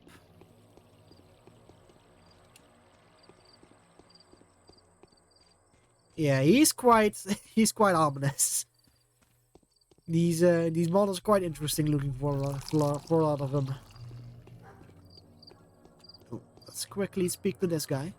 Also, look at this fine architecture, which isn't falling over for some reason. Ooh, another set of bandages. Definitely get those. There's a child. We would want to trade with the we can try. Let's see. I think needles are like for every kid. Oh, that's a small girl. I don't think we have enough to buy the one item yet, but we'll see. I've heard so much about you. Ooh. What's in your pockets, Pumpkin? Presents, Uncle Bachelor. Do you want to trade presents? Why not? Sure. Okay. Yeah, she sells pills, but she sells us very important items. So whenever we see one of these, specifically one of these girls, we need to definitely try and trade with them. And we'll need to like save up items for whenever we find one. We'll call her Pumpkin. That'll be her little nickname. Actually, like we can see, like she trades bullets also for needles.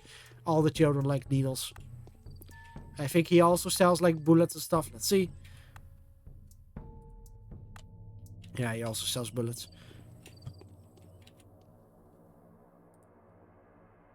There's nothing. Oh, that's the guy we just traded with. But yeah, now we're going to meet one of the town's analysts, or the town's main analyst, and see what her opinion on the whole murder is.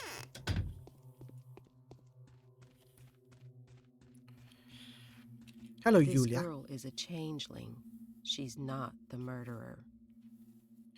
I seem to have lost any capacity for observation. My mind is out of tune. Things no longer add up. Before I had no trouble forming a trustworthy tessellation out of the most imperceptible contingencies, though I simply cannot get my head around it. Could it be that I am dying? Bit melodramatic.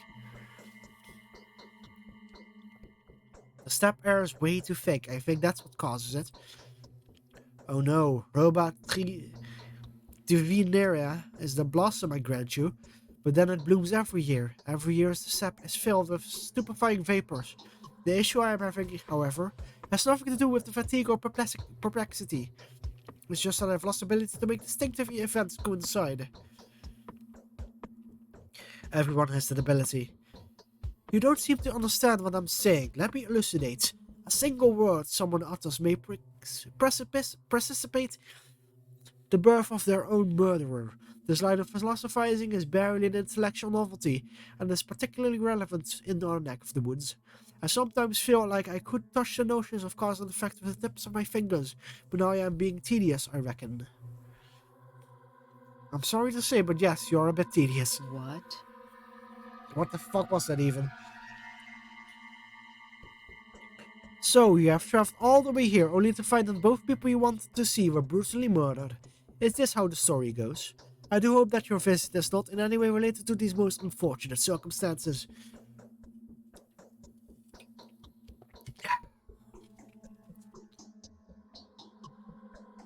I have to find out whoever it is that killed Isidore and Simon, and I wanted to ask for your help. Sabrov told me you have a gift for all manner of investigative inquiry. I am certainly no better investigator than you. I never had the chance to search for a murderer before. The best I can offer is to fill in the blanks, with whatever mysterious supernatural entities seem most fitting. Shop Nagadir is a man's scarecrow. I would have followed a different narrative. So she does seem to believe the angle that the Shabnak is responsible here.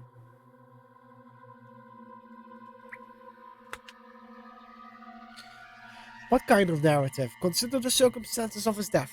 They said Simon had locked himself up in the evening and consequently died in the morning inside the mansion, in a chamber with some peculiar name. In this case, I would suggest that Simon was poisoned by the Canes, I would have thought. But I know their family all too well. Their mutual loyalty is only rivaled by their arrogance towards anyone who is not one of them. They hold the princely sage who stands out at the head of their family in highest esteem.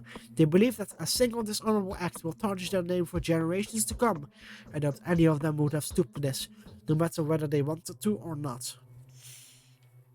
Poisoned? How did you arrive at this conclusion? As I said before, no human could enter that room realistically, so I can see where she has come with this conclusion with. I don't believe you understand what he died in focus really implies. Do you know what the Canes refer to as focus? You don't seem to grasp the semantics of the term. These are the Canes for you. These kinds of innuendos are their forte. Well, what is this focus then? The focus is anything but yeah. Yeah, let me try that again. The focus is anything but an abstraction. Quite the opposite, in fact. It is governed by the mathematically rigid regularities. You see, no one but the owner of a focus may get inside. This can only mean that Simon had brought the killer with him, or rather, within him, since no physical object may be brought into the focus either. How do you know that? Who doesn't? The Gaines are notoriously passionate about all manners of synthetic anomalies. They will never pass up the opportunity to devise a Kunststück. Kunststück. Yeah, Kunststück. That means artwork, by the way. That would allow them to warp space, challenge physics, or manipulate optics. Metaphysically, a focus can be compared to a camera obscura. Do note that this name is not unfitting. No, it is entirely impossible for someone to get inside. A curious conclusion, but an incorrect one. Simon was disfigured and bleeding. His bones were broken. Is that so? Well, it does introduce a different perspective. Did you say Isidore was the last person to see Simon? The question is, who did he see before? The sun had not yet set when Isidore returned to the step. However, he came to Simon well after midnight. The question naturally arises, where did he spend the missing few hours?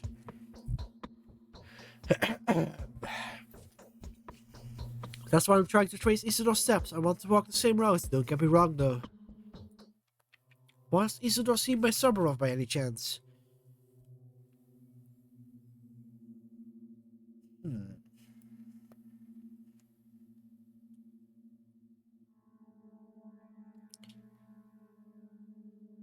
So we can choose this.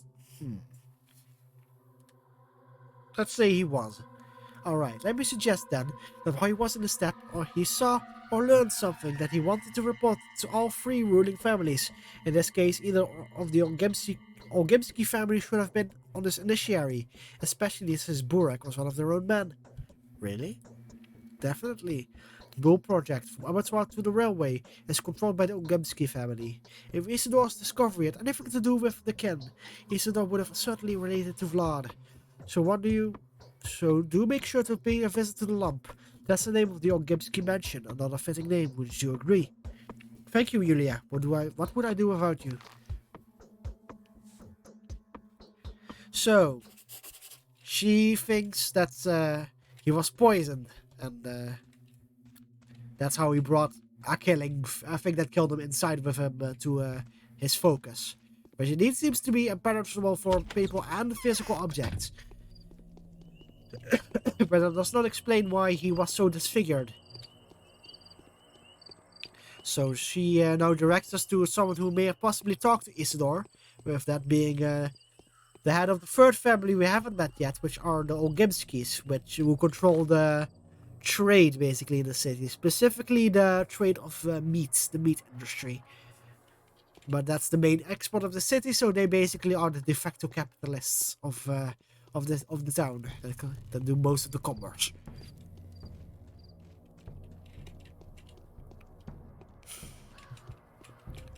Let's go this way.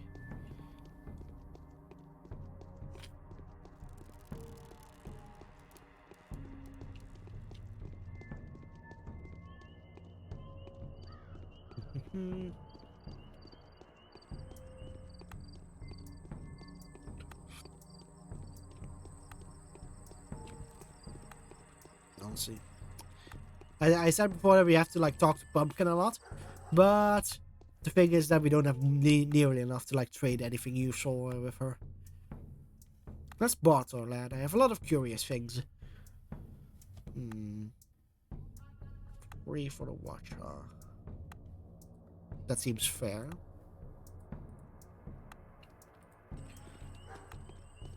There's probably sell for more.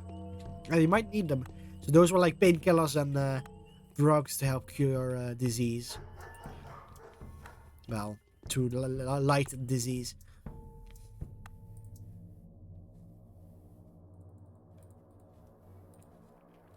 Trade more bandages. Where are we? We're a bit out of the way here.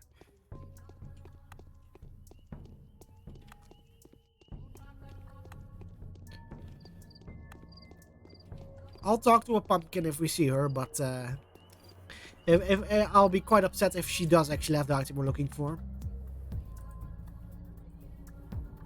Okay. I'll point it out and I'll explain why it's the most important item.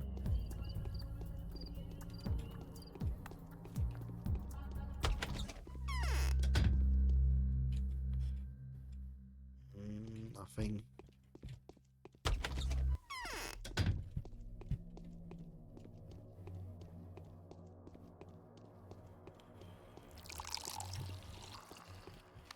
We're going the right direction, right? Yeah.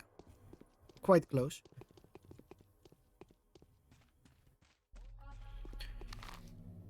What we really want is to find food stores, because food stores both have food which you really fucking need. So far our stuff is looking good though. And they also sell nuts, and we can trade the nuts with children.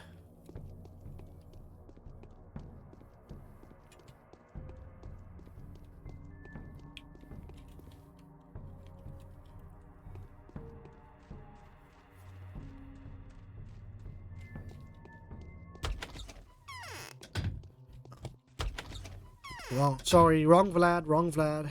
I mean, wrong Olgimsky.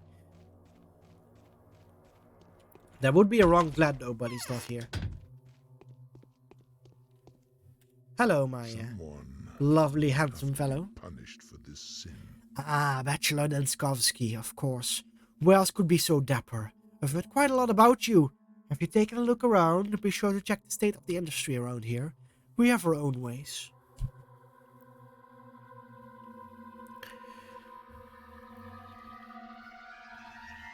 I can't say I'm interested. No. Yes, getting everything back on track won't be an easy task. Killer. Whatever you said. I'd like to inquire about the fate of my colleague Isidore Burak and the manner of his death, to be precise. What are you implying? What's this manner you're talking about? Be so kind as to mind your own manners. I had nothing to do with it. Don't they say Isidore was murdered by a steppe demon, a Shabnakadir? There was that thingy, a talent they fish out of from the wound. I can take this from kids and weirdos, but you're a respectable negotiant. It's hard for you to believe, isn't it? It used to be hard for many. Take my boy, for example, a scoffer if I've ever seen one. And now even he believes it's real. He went off his head a bit. You're in the steppe now, esteemed sir. Eastern and backwards, the dead rise from their graves, here clay dummies dance and bulls talk.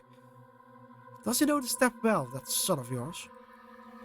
He rubs elbows with the rabble, the butchers, Odong, shepherds and gatherers, learns their tongue, collects their legends. He doesn't keep them in check at all. They even dare to come visit him within the premise of the town.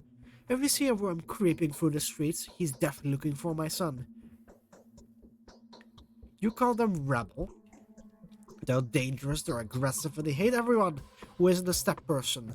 They'll jump you and kill you on the spot. They'll tear you up with their teeth and devour your flesh while you're still throwing fists at them. So if they're spotted within the town, countermeasures are taken. So what's of your son? Perhaps you could tell me more about this creature? Hold your horses. You want to talk to my blockhead?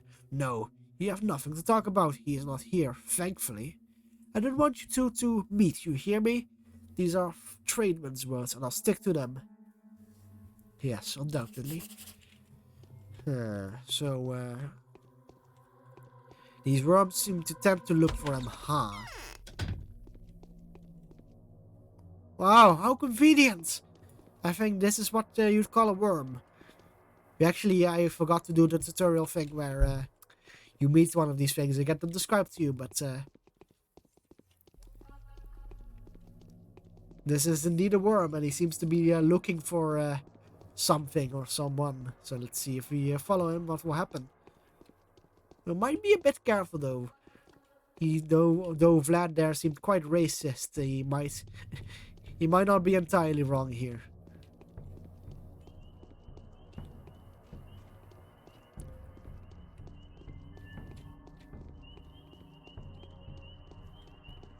I actually don't know where Vlad Younger is, but might as well play along here.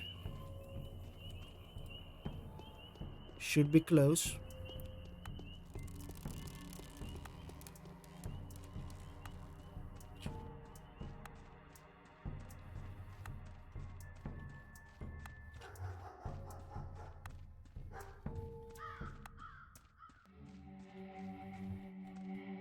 now he attacks us, I think. Yeah. Let's sneak around the side here.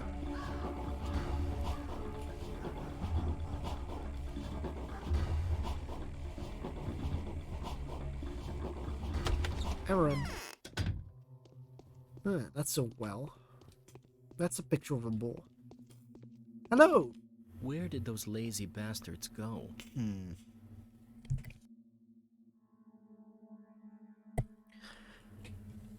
You found me here? Oh well, I'm not surprised. I suppose you're not too surprised by the fact that everyone knows about you either. The rumor of your arrival spread like fire. Why have you come? I've come for some sightseeing. There was a peculiar incident yesterday by the spleen. The children were playing in the mud as usual, but then suddenly they ran away from the sandbox and the parents noticed that their hands were smothered in blood. However, none of them were wounded. Neither were any of them surprised. What's the solution to the puzzle? When the worried adults came to the place where the children had been playing, they found nothing unusual there. Only sticks and stones. What do you make of it? Nothing special. They probably dug up a dead cat. Nice to meet a person of a skeptical mind. I'm a Vladislav Olgimsky, the younger one, of course. And you are, of course, Daniil Denskovsky. Nice to meet you. Katerina thinks Claire is a messenger from heaven. Yeah, right. Bachelor, I have news for you that would prove to be of interest. You seem to be looking for the killer, right? I'm listening. I have to briefly explain a few things to you. Have you already been told what the termitary is? No, I haven't. The termitary is a huge bunkhouse where the Bulls project workers live. Although living is the wrong term for it, they nest. The nesting as a commune with a rather simple way of life. It could be without reverization called savage. And? Let's get to the point then. A case of pointless, aimless unrest has occurred in that hive mind's nest. The workers there are prone to lashing out from time to time, like beasts frightened by a storm. They rage, they howl, they gnaw at each other, an unsightly image of mass uprising. What does this have to do with Simon's murder? Riots occurred in the cemetery several times before. The mob goes crazy for a few days, then they calm down just and unexpectedly, all of them at once. The sudden calm is just as void of reason as the unrest that had been set them agog previously. Having a certain experience of the kin, we simply block the entrance to the zoo off until the riot defeats itself. What is this kin? The kin as well doesn't matter, it's hard to explain. There's whole so-called society, the many-headed biology. Very well, let's get back to the subject. We usually lock them up beforehand. The evidence of an upcoming outbreak of mass lunacy becomes obvious in advance, and the termitary's Father Superior informs us of it.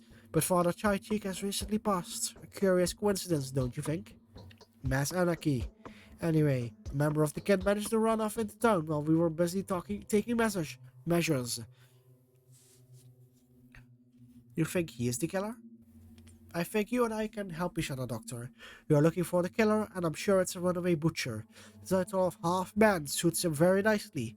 The Kanes claim that Simon had not been killed by a human head, don't they? And our family doesn't need unnecessary unrest in the town.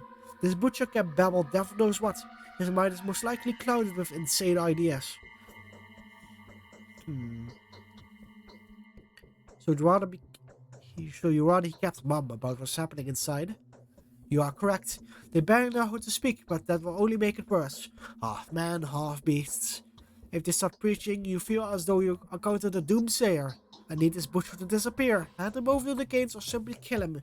If the beast attacks you, the reward will be hefty. Very well, I'll look into this. Where can I find him? He is most likely being harbored in a suspicious house.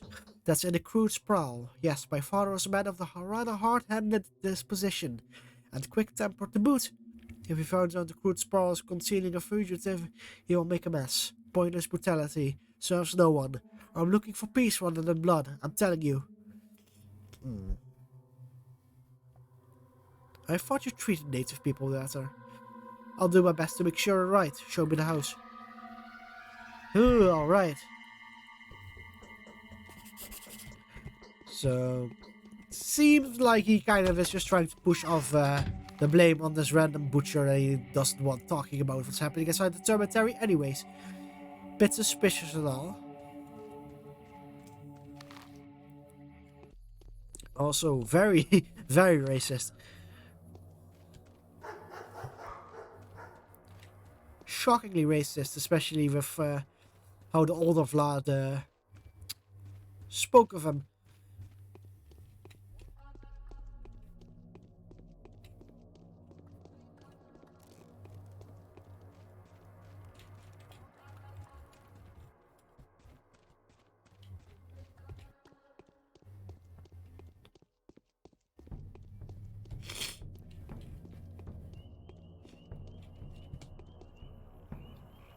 Where are we going again? That way. Sure, we can go there. Kind of go like this.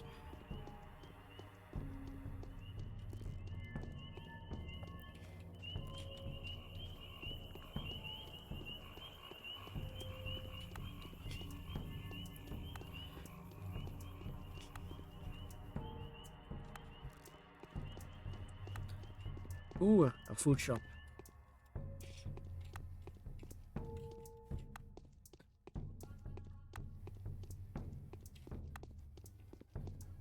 Let's definitely enter here. Wrong door, I guess. Here we go. Let's see. Let me just have a look here.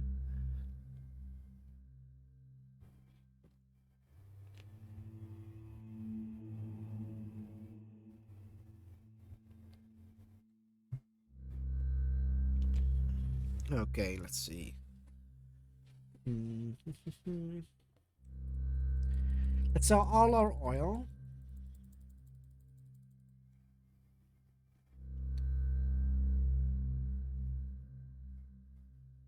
We'll keep all of this stuff.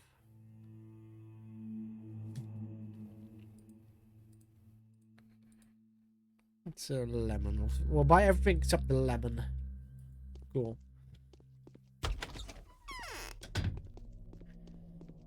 And basically my plan for day one is going to be to just buy as much fucking food as we can. Okay.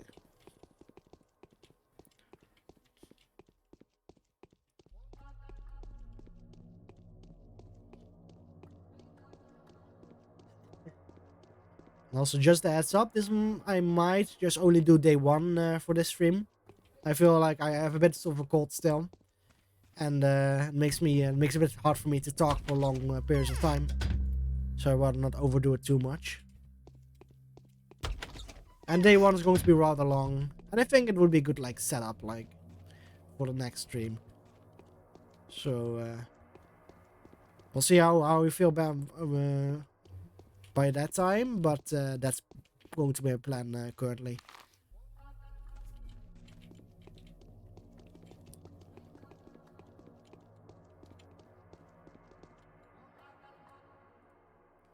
Yes, nothing.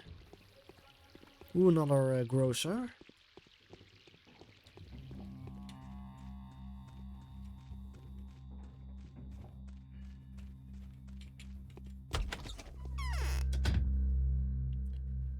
Ooh, fresh meat.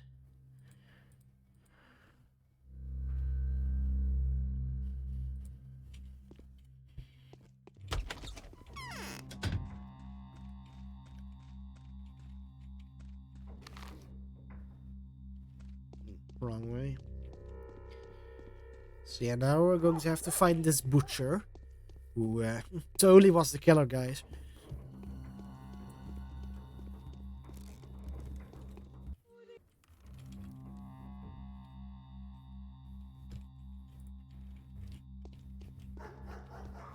Cool, equip the weapon. If that doesn't give you a hint on what's about to happen.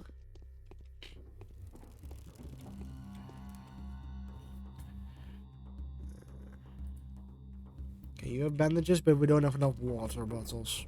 Oh well.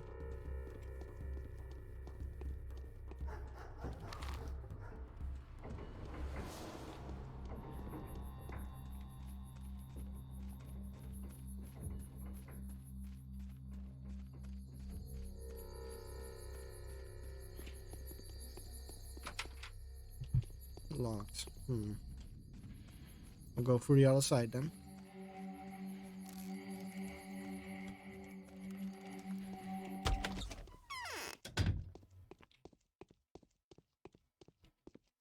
Door. More. Shabnaka deer is tracing the streets like bacteria in a vein. Do you know where to find clean water around here?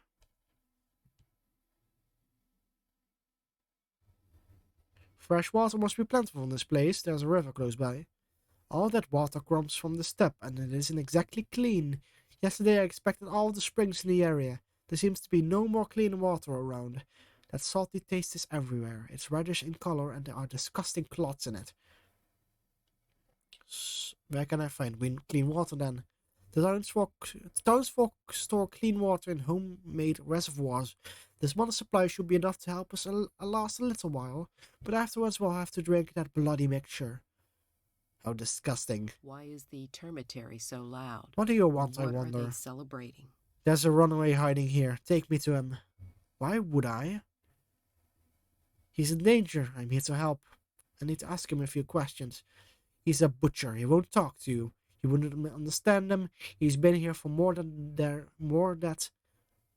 He's been here for more than a day, I guess.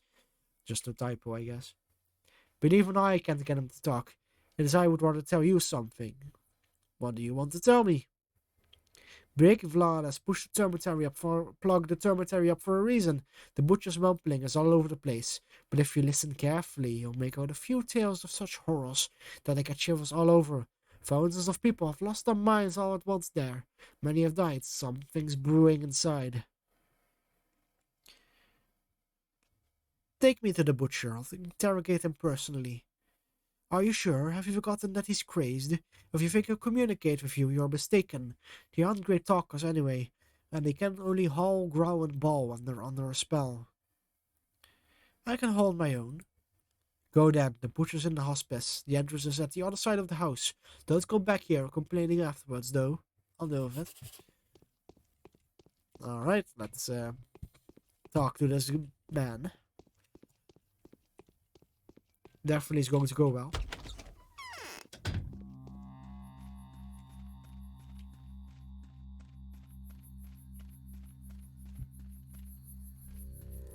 Hold on, just one moment.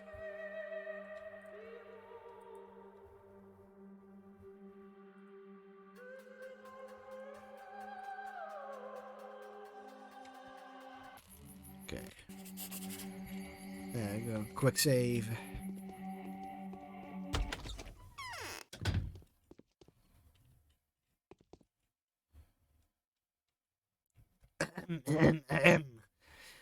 Hola, colleague, get in, shiny. Fucking whatever. I'm not even going to try. Jesus Christ.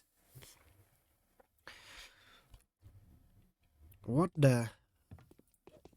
Alright, time to show off my pathologic combat prowess.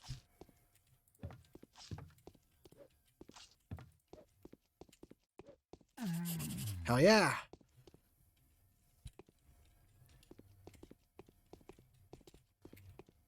Didn't drop anything, did you? Whatever.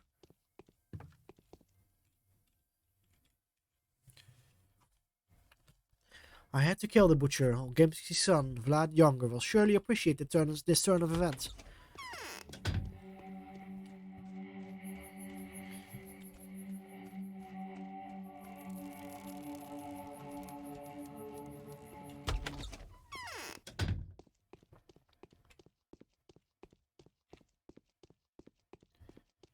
It's better not to ask. Your veins are Silence swollen. Does is being golden. close to me make your blood stir?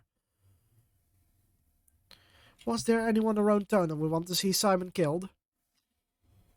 Heh, no one's seen the Shepnek yet, but everyone knows what he wants already. Do you know what a man-eater's victim feels like? Feels the encroaching death? They know in advance they're next on this list. And so they walk around restlessly, waiting and waiting and waiting. Then the wait is over. That's how you can tell who's being hunted. Why are you calling her a he? I don't believe the man-eater is a woman. Anything is possible, of course, but I think it's sexless.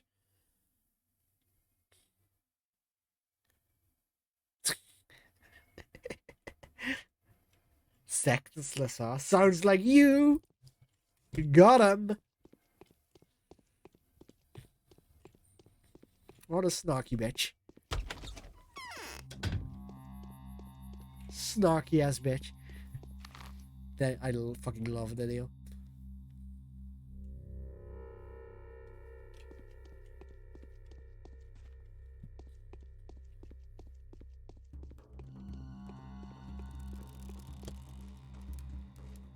Okay,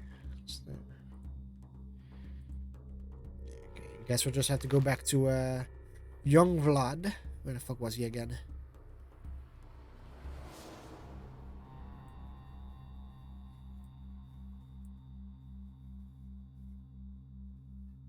That's the graveyard. Oh, here. Okay, let's go around.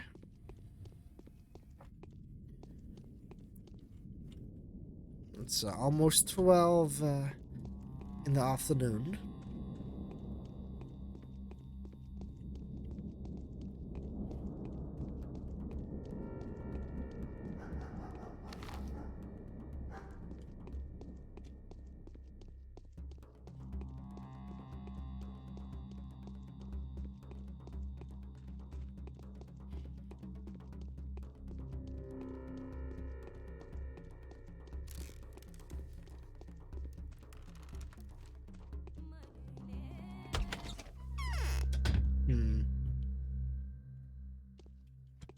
Nothing.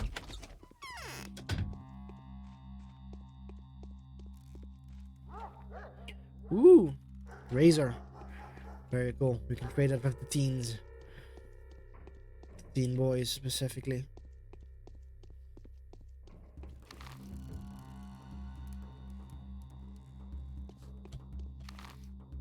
Why do I keep missing? That's 12.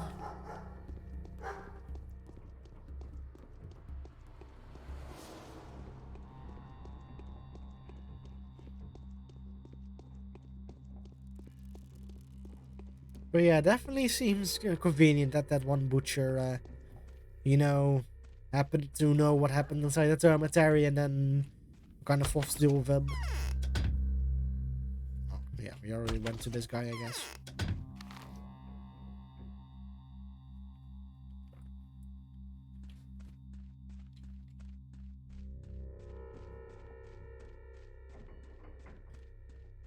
As you can see, this game requires a lot of walking. Quite a bit of walking.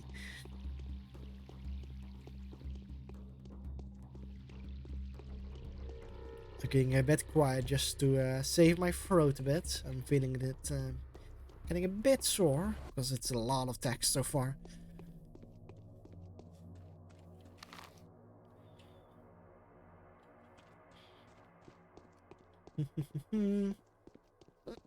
Yeah. Here we go.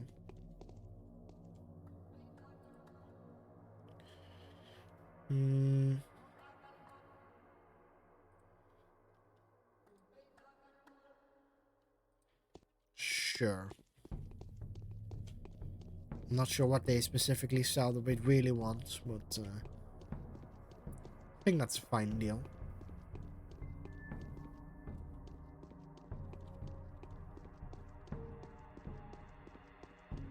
Yeah, we definitely went here already.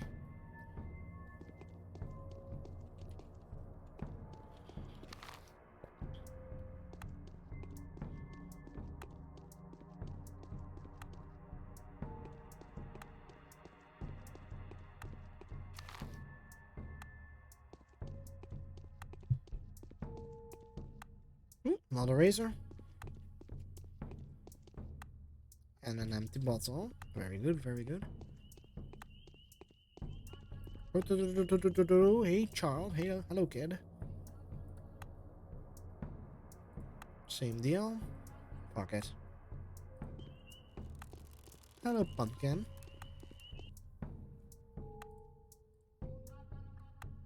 Okay, nothing.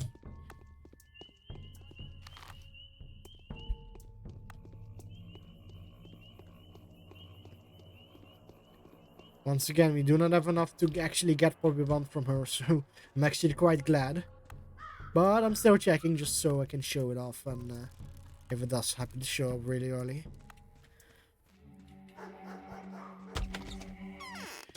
Sup, bitch? Got your man killed. We promise according to our hopes. See how it all turns We out? I used to perform keep this according place to a our secret, fears. but all these secrets seem so childish now. It's over. The butcher is dead. That's the best news I've heard in the last few days. So it was him that killed Simon, right? I doubt that. He's too dumb for that, but he was definitely insane and very dangerous. Well, it's for the best. And now I want you to listen to me, Doctor. I hold too much respect for you to offer you a reward for this rather extraordinary service, so please accept this money as a donation from the town's ruler to you. As a sign of our support for someone brave enough to commit to your difficult task. Capturing the killer is our direct duty, but please consider this sum to be Olgimski's contribution to our common cause.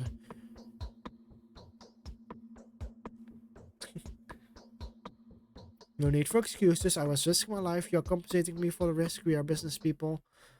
Let's go this one. This is acceptable if you put it that way, but only that way. Way to Katerina thinks 20k. Claire is a messenger from heaven. Yeah, right.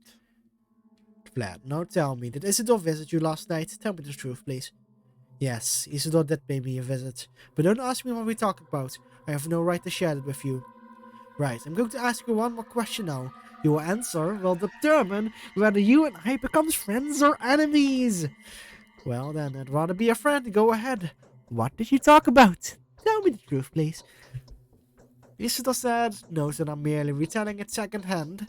He said there's an epidemic in the steppe camps, an outbreak of tarbagan sickness, perhaps. The plague, that is. Father had issued an order to lock the dormitory up to prevent the infection from getting in.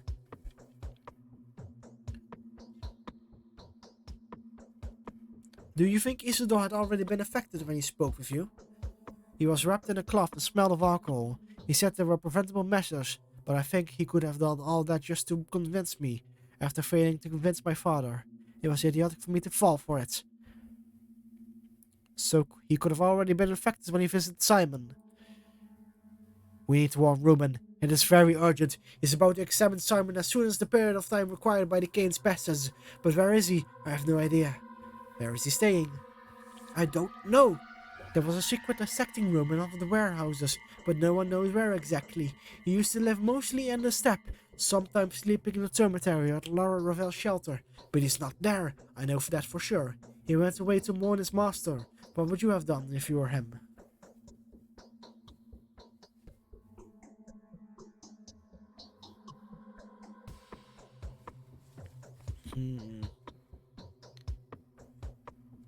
I check every warehouse, of course. Perhaps I'd find something.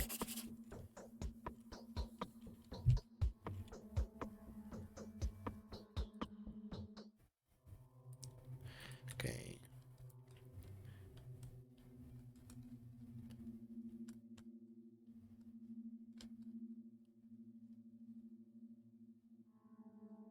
So some unfamiliar disease seems to have killed Isidore. And, well, Simon... Simon, you know, is about to be dissected and stuff by Ruben, who seems to be the main only doctor in town. So, if he gets sick, you know, it'll be quite of an issue, you know. So, we are highly advised to go check out the warehouses, so let's do just that.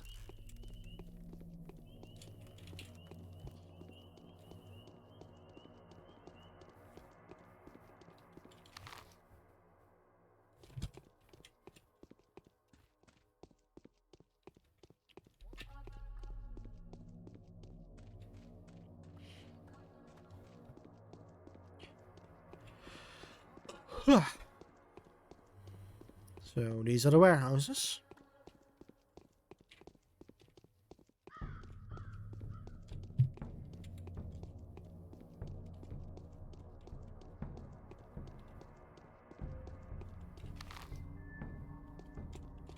Oh, already leaving the warehouses at this rate.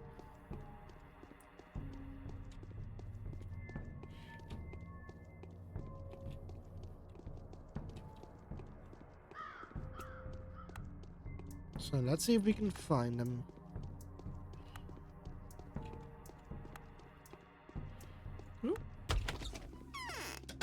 Oh. Found the secret warehouse, but he is not here.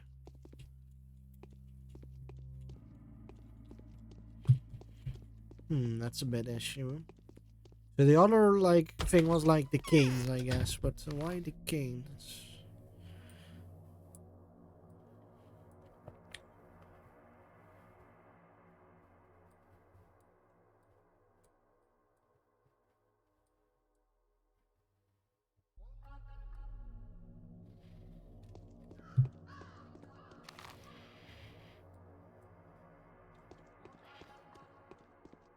Oh yeah, the kid, like, of course, like Simon was one of the gains, so his body would be kept by them. It's interesting, like they allow you to make like a guess, then act out that guess, and if you're wrong, then well, you wasted time.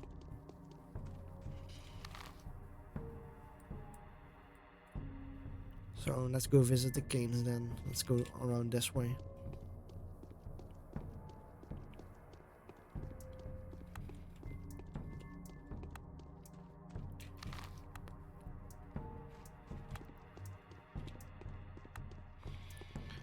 Oh, there's a pumpkin.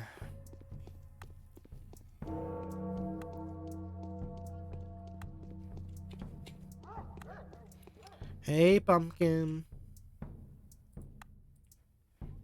Okay, nothing.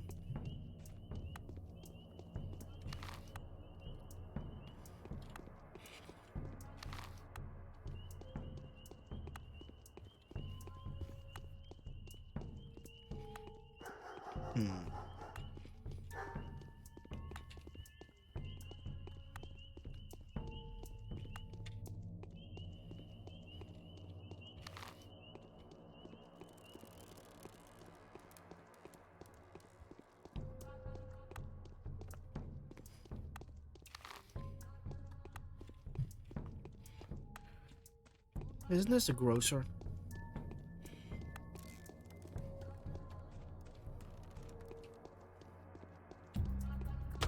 Oh no, it's the jail.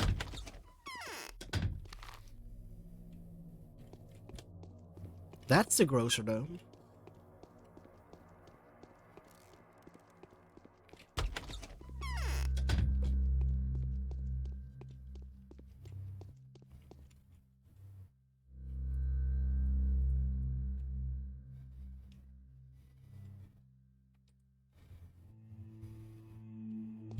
There we go.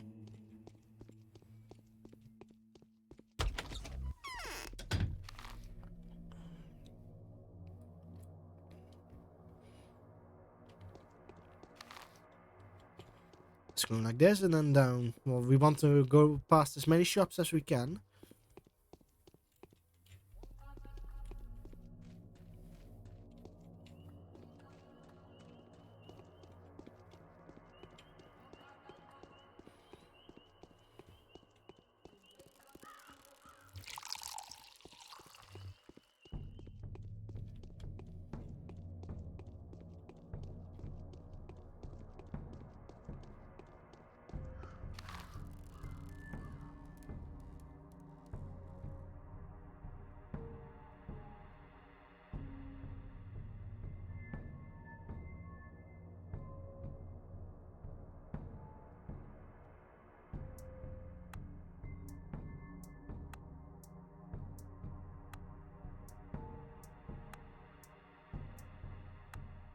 Sorry, I was looking at something. Let's see, I have to go down here, I guess.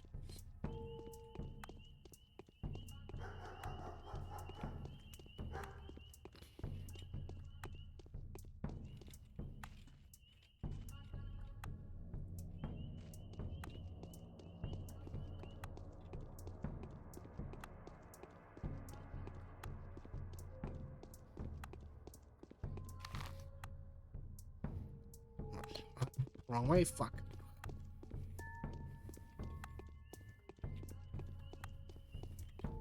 Oh, wait. Sorry, I'm a bit confused here. Bit lost. Unless you already went on here.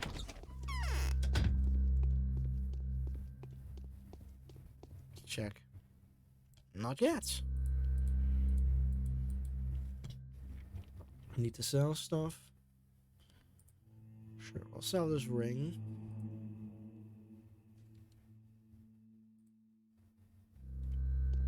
There we go. Didn't even think we need to sell the ring. But oh well.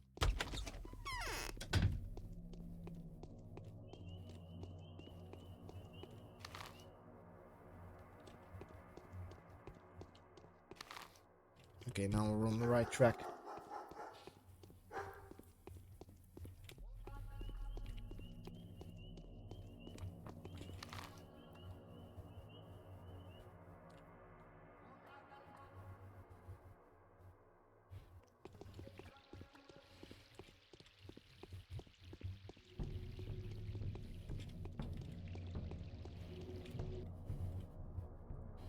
It's water, you have nothing.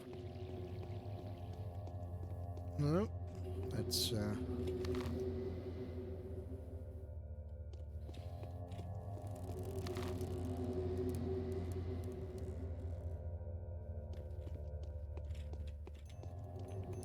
let's check back with the canes. But first, clothing shop. We want more needles.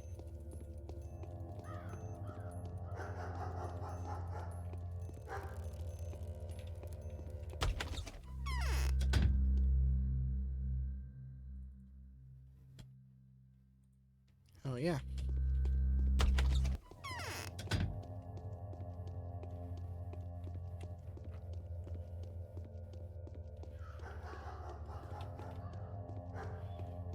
Let's see. Let's see if Victor.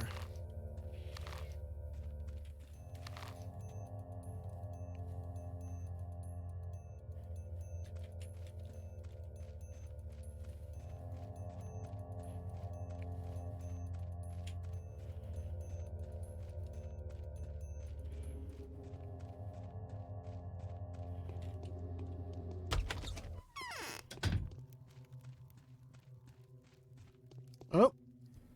You must be Ruben. Greetings, my friend. I heard news of your arrival. Everyone has. I here examined the body as well. My dear colleague, I do hope you haven't touched it yet. I haven't. Is there a problem? Simon's body, wherever it is, poses a dire threat to us, I suspect. Ugh. Poses a dire threat. I suspect he has died of a contagious disease. Are you sure? Well, doesn't matter anyway. If that's thing again, what do you think it is? Judging from what I've found so far, it could be the Febris typhoidea, or the plague. I don't believe it. A second outbreak. Wait a second, I need to regain my senses. Are you sure about this? Do you mean what you say? Why are you scared? If it's a sand plague, Master's death was so untimely. If it's a sun plague, we have only a few more days to live. You see, I have no idea how to stop it. No one does.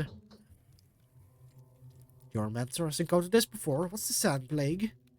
I'm only making assumptions. I don't want to believe this. I'd rather have it being any other plague than this.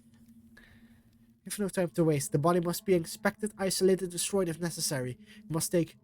Oh. Sorry.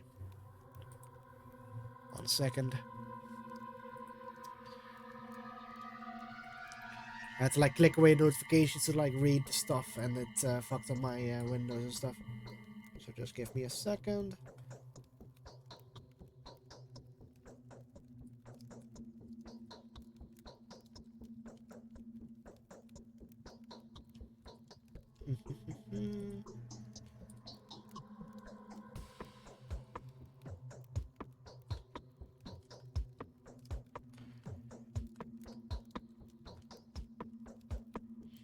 There. Hopefully that works. There we go. Shift tab. Yeah, that should make it. Yeah, that should fix it. We need your diagnosis before you can provide reasonable protection. At the moment, you can only buy yellow immunity boosters at the drug stores. They are no good, but I'll try to do something about this. I'll need to take some remedies from Master's old workplace. Did you know he was murdered by his son? An atrocity. His something has nothing to do with this. I presume Isidore was infected by Simon and died of the same disease, or vice versa. Let us waste any more time. You're right. Let us make haste. I'll get everything ready for the examination. Meanwhile, let's arrange for the body to be isolated. Kane is keeping it in a cold place. I'll keep you informed. If we act deliberately and with calm mind, we can prevent this epidemic. Stay strong. I won't leave you on your own.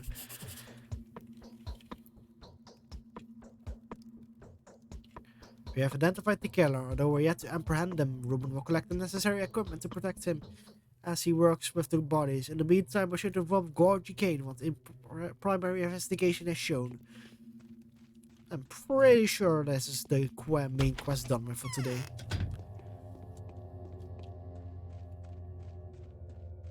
Pretty sure that this is already enough to not die after 12 a.m. 12 p.m.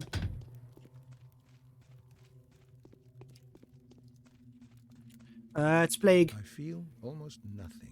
I wouldn't say that. Wait, let's actually say what he said first. I have been told of your initial verdict. You assert that Simon Kane was not killed by a human or a sharp-necked demon, but died of natural cause, or succumbed to some physical sickness. Is that what you are saying? I wouldn't say he died naturally. He died of mysterious disease. Microbes are more efficient killers than demons. Is that a hypothesis or a effect supported by evidence? It is a proven fact. What is proof then? Show me the body, Judge, and you will have it. The body is in the focus of the crucible. You cannot examine it now, and I mean that it is technically impossible. No one may see the body before a certain period of time passes. Neither Master Ruben nor you, my dear bachelor, not even myself. And what am I supposed to do then? What can I ask of you now? You may have come to a conclusion already, have you not? If you haven't, then I urge you to seek out the facts, as relentlessly as we do. May Providence help us, if you are right.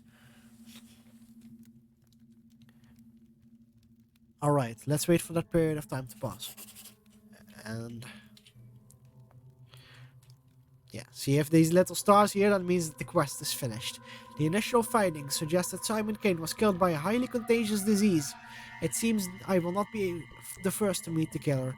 Dr. Ruben has better chance at that. I just cannot help but think that were Katerina's prophecy to come true, it would have made the situation even more convoluted than it already is. Interesting.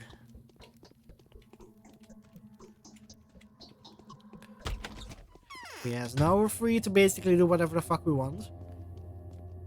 Including side quests. And I happen to have peeped a few from the guide. So what we want to go first is we go to this lovely little shelter over here.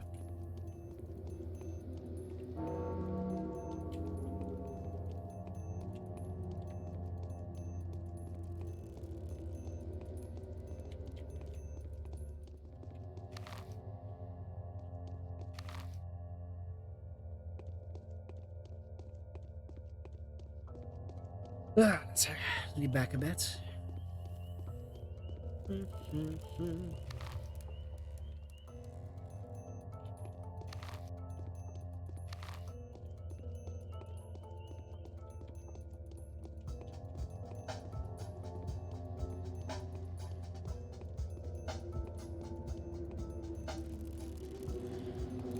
I'm not sure I was supposed to know about this quest normally, but this is why I like to keep the guide, because it just doesn't tell you. But apparently if you talk to Laura here, there will be a lovely little quest ready for you.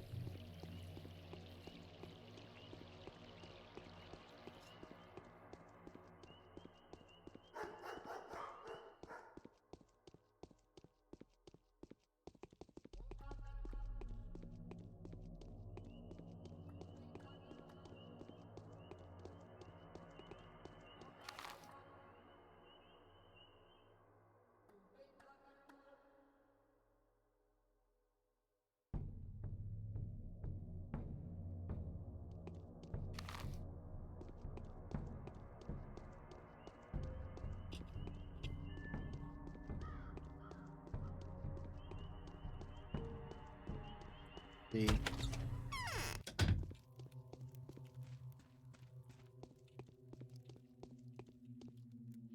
Yeah, I believe there's actually like a chance for there to be food here.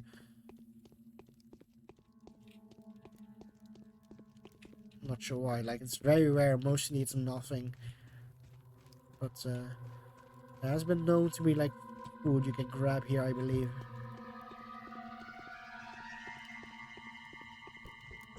Probably because it's like a shelter, I guess. So just checking everything. Alright. No. You are the person that Town came like to this Maria can't give birth to a Canas. killer. Ugh. Okay, once again, you are the person that came to Maria Cana in a dream. I recognize you straight away. My name is Lara Ravel, and this is the shelter. You are always welcome here. My name is Daniil Denkovsky. Let's be friends now. I prefer being friends with everyone. You always have guests, but your face looks sad. Oh yes, I'm the mistress of this house after all. That doesn't mean I'm a mistress, mind you. Not with a capital M. I won't ever become one. But I can also serve people of the best of my ability. Who are the capital M mistresses then? The mistresses of the town. We call them dream mistresses. Kena, Ogimskaya, and Saburova. Now, after Victoria's and Nina's departures, it's their daughters who are trying to see the future. They are far less impressive than their mothers for now, of course. Maria is probably the best. It's good to see children continuing their life work of their parents. Why are you frowning? I'm just in a melancholic mood. We are way too used to playing the game of tragic predictions. I'm trying to arrange everything back to order. I'd be happy to help if I can. It is not so dangerous to do wrong to most men as to do them too much good. I know you're a doctor, a wonderful one at that. A celebrity medic. Everyone in our small town knew that a famous doctor was coming here. I'm very glad that you really have, because I want you to do a certain good thing. Can I ask you a favor of you? Please do. A few years ago, the child death rate went through the roof here. 6 people died in a week. 10 or so came down with serious illness. It made us worried, but unfortunately we couldn't find a straight way back then. In the end, it turned out that children were dying because of a game. What in the world kind of game would kill children? They were playing, what did they call it? It was some kind of medical game. They were stealing medicine from the adults and making some diabolical mixture out of it. Then they healed each other with it. Back then, the game just faded into obscurity, but now I heard they were contemplating doing it again. Someone has already been poisoned. But what for? I tried to ask the kids, but they don't trust us. They think we want to put an end to this dangerous game because we are mean and stupid adults that simply don't get it. So your arrival has come in very handy. So you want me to play with them and gain their trust? That's no simple feat. No, it's much simpler. There's a house somewhere in the town, either abandoned or unoccupied. That's where they play hospital. That's where they store their horrible mixtures. Please use your standing and your celebrity name to put an end to this game. Capella, Ogimski's daughter, believes that the house will be unlocked today. I'll do my best, of course. How can I find the house? Capella mentions it's next to one of the ruins. My friend couldn't hear them properly. Have you heard? Have you seen those stone stairways to heaven? I think you might even be able to see the house you're looking for from Ariane's window. Most importantly, it should be unlocked. Do people around here ever leave the doors unlocked?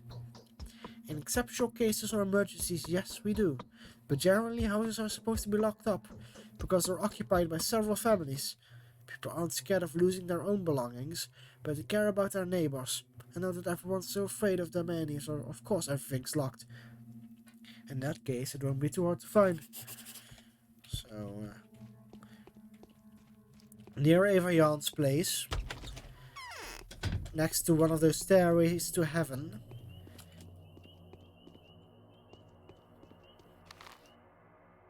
Okay, let's turn around. Unless, what's the store here? Drugstore. No use. How late is it? 2:30. But yeah, after this quest, I think we just want to collect as much food as we can. Try to barter. Try to get enough to get a certain item from the little pumpkin girls. And then prepare for day number 2, everyone.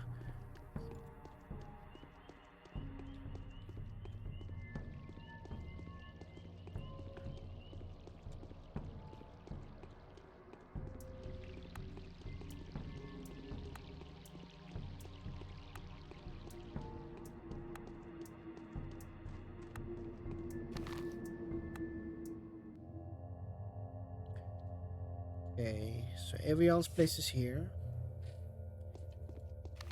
This is the... let's see.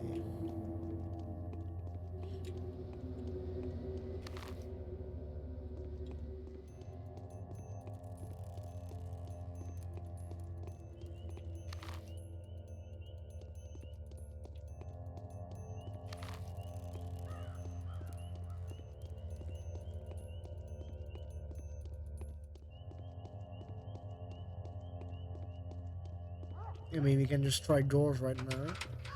Locked. What's all?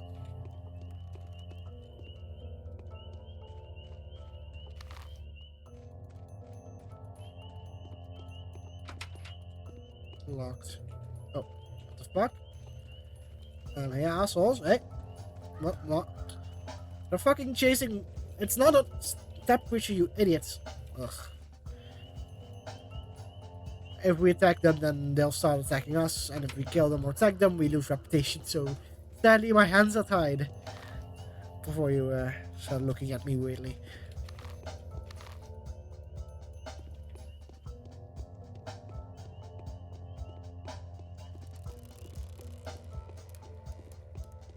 But yes, they're quite literally beating women in the streets.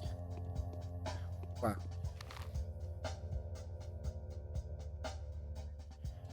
I need a stairway staff, so it might actually be this buff. Yeah, because I guess it would be one of these 2 houses. Thinking about it, it's much more. It makes much more sense actually.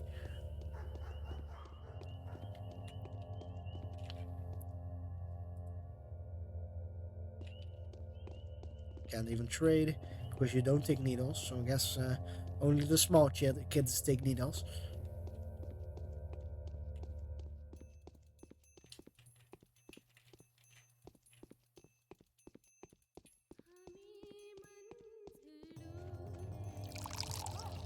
Damn, we have 4 empty bottles already.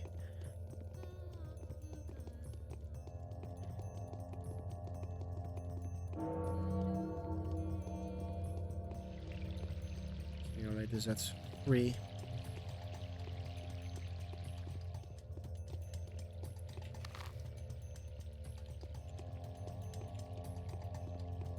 So it must be one of these 2, right?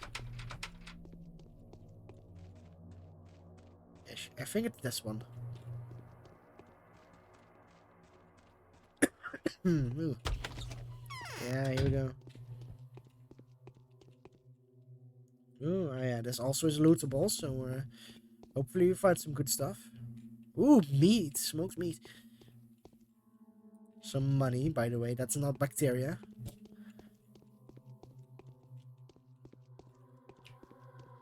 That's very good for animal. Mostly these houses tend to be just empty.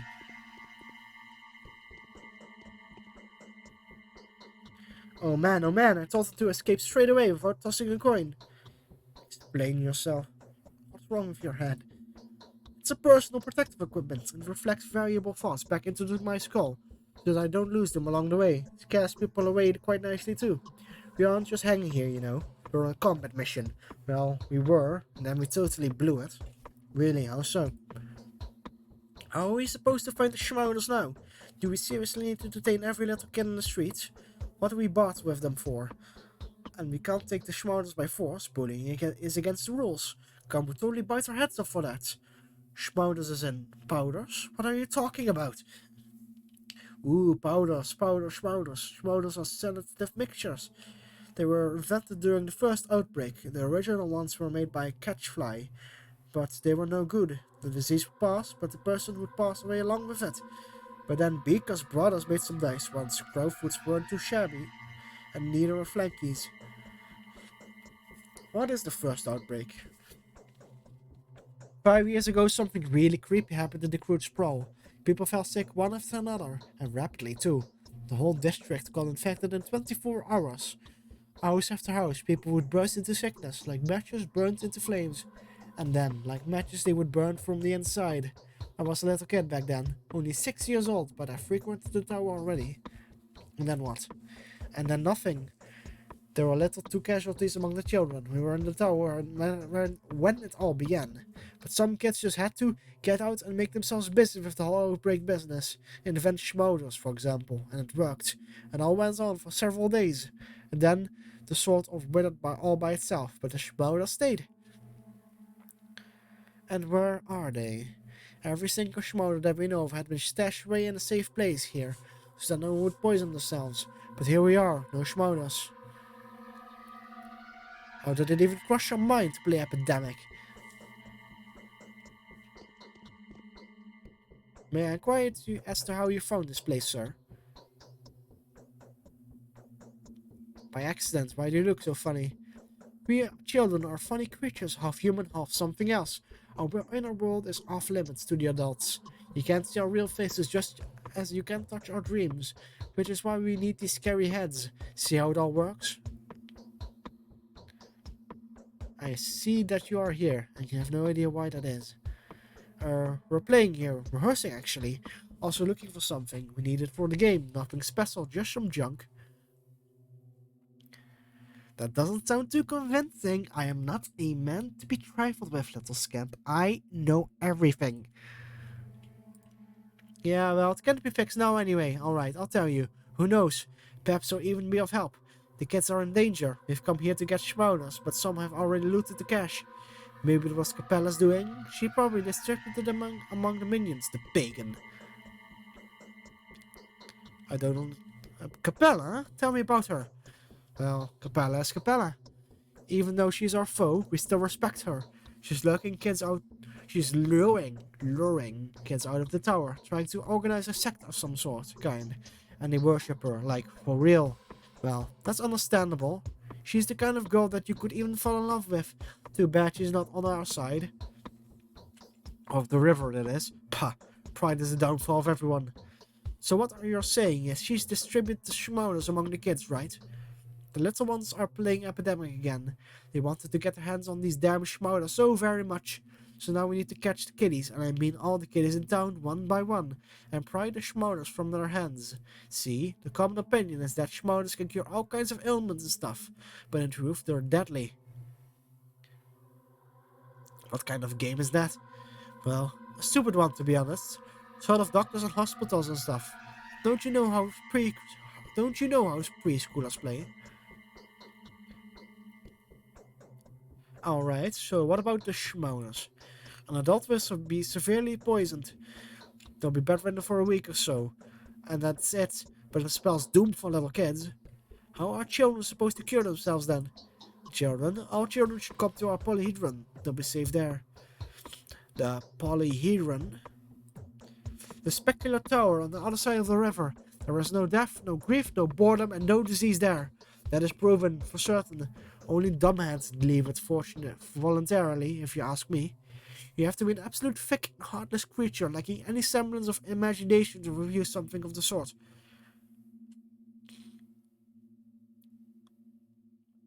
That's some story embroidering, mate. Alright, so we'll need to talk to this Capella girl. Capella Olgibski, specifically. Let's see if we can find some more stuff here.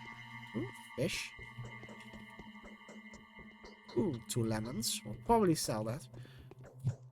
Lemons, Ooh, water. Ooh, bandage.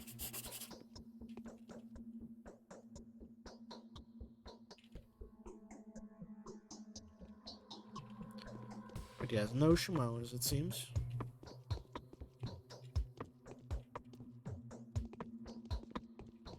So yeah, we need to talk to this Capella and see if she has anything. She has any of these powders left.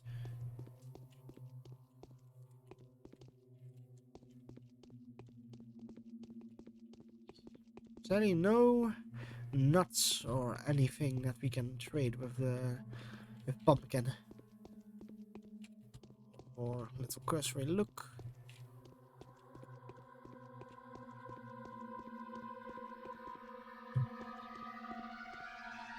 No fish.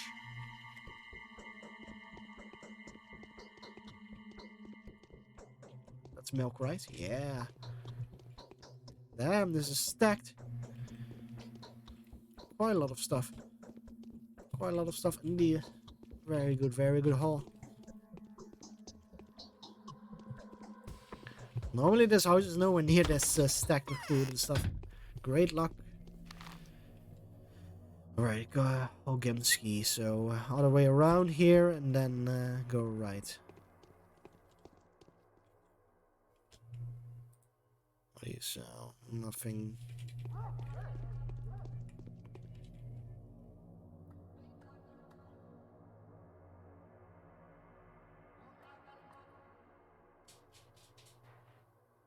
Why are women being attacked?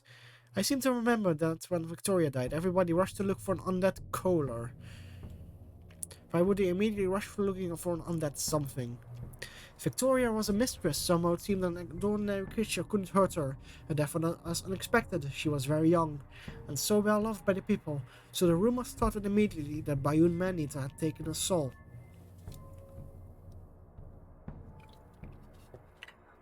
A being taking souls? That's ridiculous. So, but did they try to seize every fifth man too?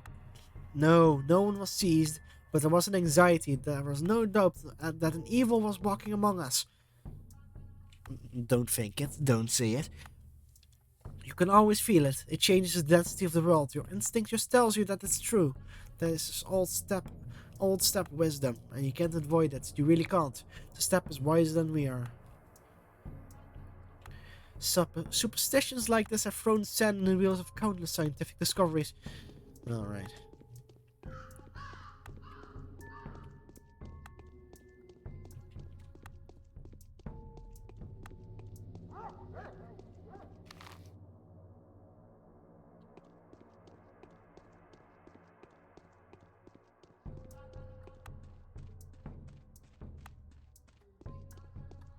Just to close so real quick. 3 needles. Great. Awesome. I have no idea what our mystery items price actually is, but it's going to be fucking expensive.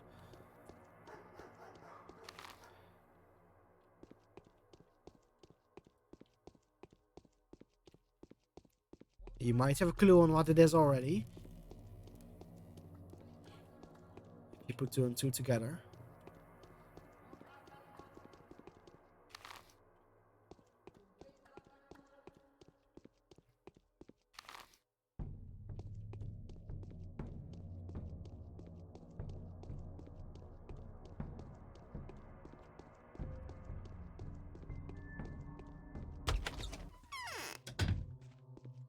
Wrong house.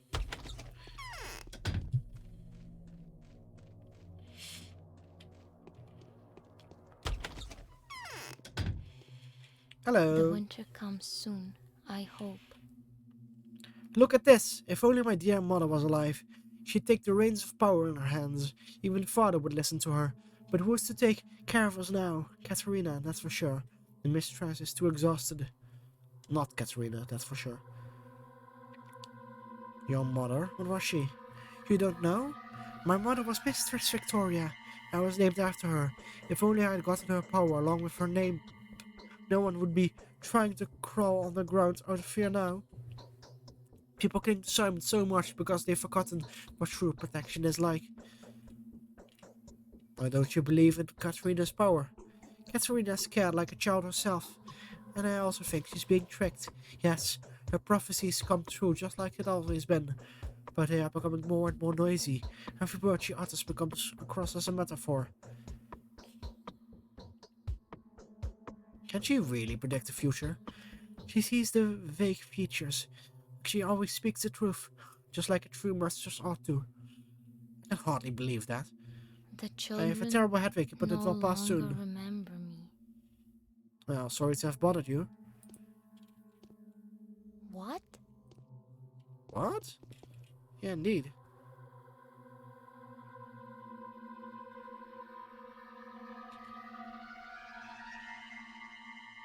Oh, we already got a smolder. I bet it just gave it to me without me looking. Yeah, okay, this is a smolder. A mix of randomly chosen drugs, mostly antibiotics. So schmolders were created by children to play plague. The random recipe produced an unexpected result. The powder completely removes the effects of sand plague infection, but severely damages health. This, my friends, is the most important item in the game. It cures the sand plague. No amount of normal medication will be able to do it. Though these are very dangerous, even if you take them yourself, because it'll put you to like 1 HP.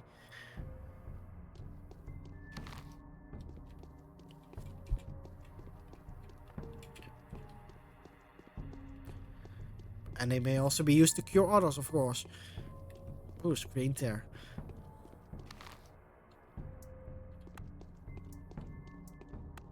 But this will be very important, especially if people that we know may start falling ill for mysterious reasons.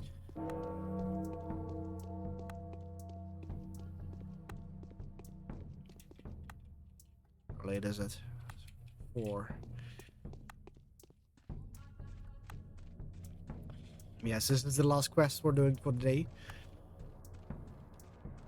There's another quest we could do, but that one's not worth it.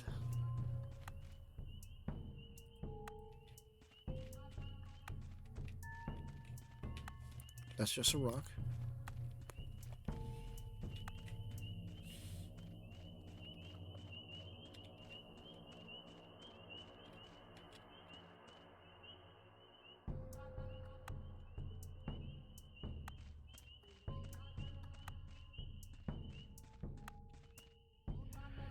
Bottle. Bottle times 2.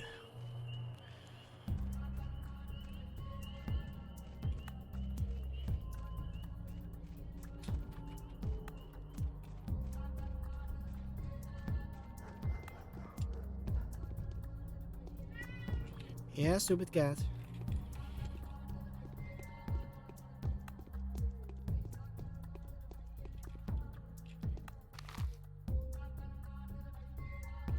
Let's head up.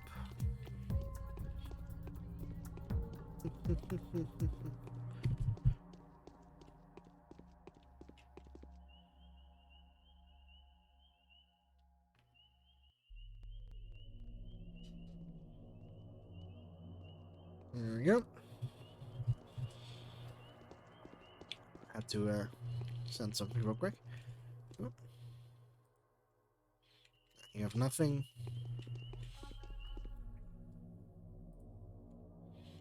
And you have nothing for me. Oh, sorry. Let's see. Let's just go this way.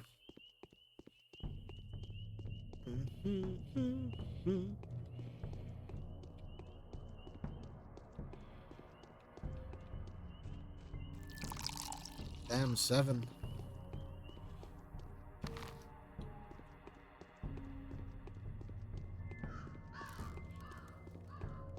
How's the stuff looking right now? Fine for the most part.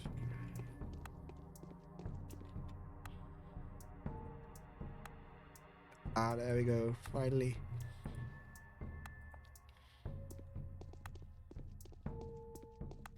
Yes, the exhaustion is slowly creeping up on us, so we need to find a bed here.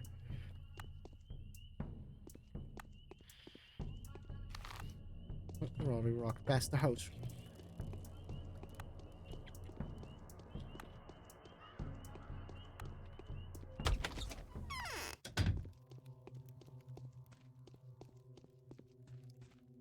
They say Ripper was caught. I have a very bad feeling. Is The he same really feeling caught plagued before? me just before my father died.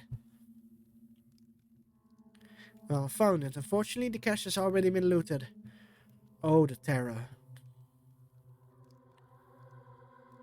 I found one specimen of the Schmouders and I'm going to examine it. Give it to me now. Let's throw it into the fire. Or reambush you for this lost. No, I'll keep it for myself. Somehow I feel like it may be of use later. Yeah, I'm not giving it away. I decided to keep the poisonous Schmouder for myself. I have a strange feeling that it might be useful soon enough. Very true, my man. Very, very true. Cool, so that's at least one Schmouder on our belt. So what we want to do now is we want to go explore this whole side of the map.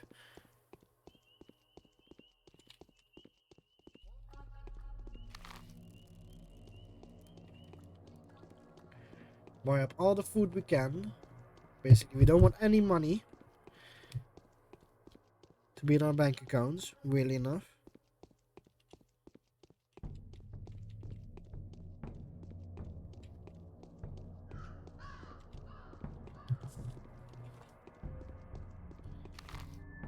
Let's see. Oh, we already went to that store.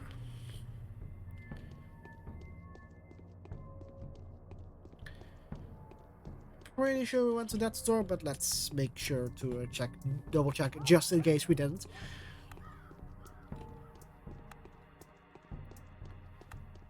Do you have any needles? No. You got any grapes? Bum bum bum.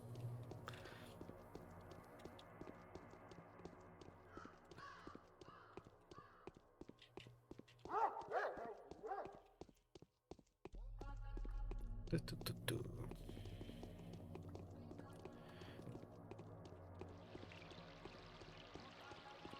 Let's see. Yeah, well, we'll just go like this. Make the rounds here. Oh god. No. There they go, beating women again. And give me 1 second.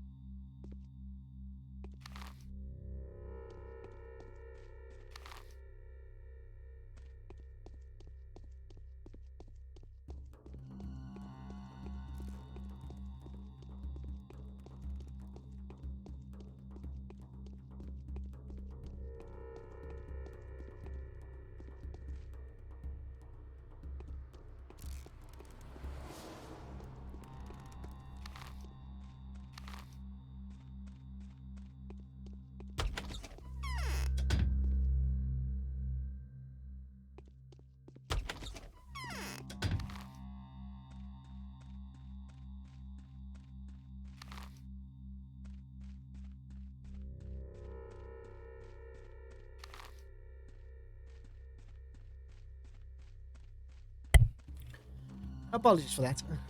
Had to have a little talk. I'm Going to an event tomorrow and some stuff about bringing cash money. Anyway, so let's meet this little shit. Someone's leaned against my window at night. Ooh, spooky. Okay. Spooky indeed, I guess. Want to see something fun? Sure. Look around. Some houses are always open for you. Others open for everyone only under special circumstances. If a person dies, or when there's a wedding or something. Others are still only open to those who can find a creep hole in them. I'm a bit too big for creep holes. No, I collect places like that. I made a map a year ago. Now there are so many marks on it that there's no room for houses. I hid in a house for about 2 hours once. The owners were there, but they didn't notice me. Interesting. The murderer. Now is not a good time to talk. However, important the matter. I mean it. Nothing important, I'm just doing the rounds.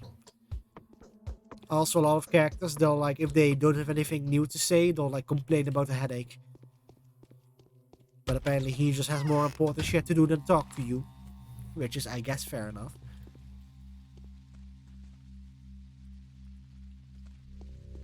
Fair enough indeed.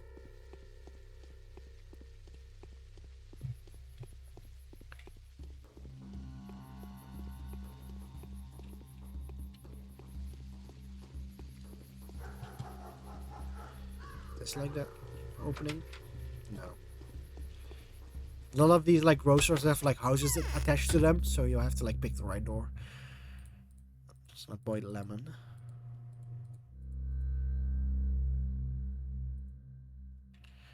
Very good. So let's do quick save.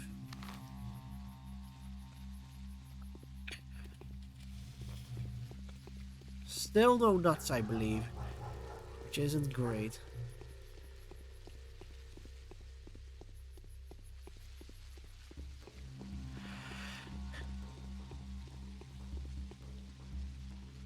Razor.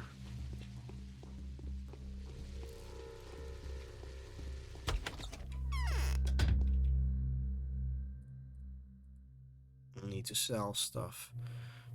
I'll sell this. Still need to sell more. What do we want to sell? Medicine we want to save. That's going to go up in price for sure. Needles, bread, bullets, gloves. 270.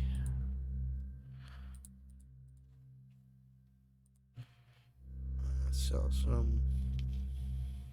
I don't want some bullets though.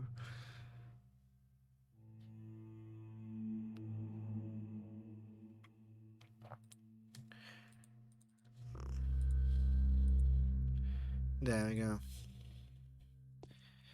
We just need to like get all the fucking food we can. I won't spoil why just yet, but it's quite important.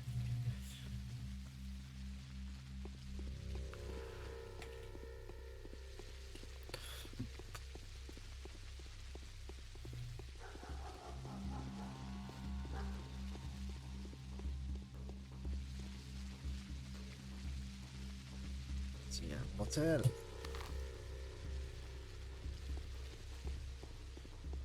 Let's talk to this guy.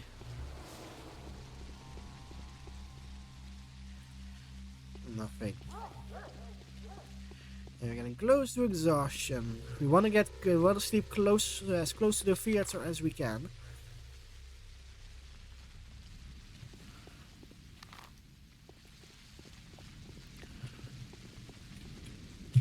I do think we've like visited all the grocers we can. Because we've been like here, and now we've all been around here. So yeah, I think we've all been past all the stores we could. So, in terms of food, we'll probably not be in much better position as we are right now. Oh wait, we have to go here. These guys, they sell. Ooh, very good, very good. They sell flowers and stuff. And lots of trade items. And those are. Oh, they're not open.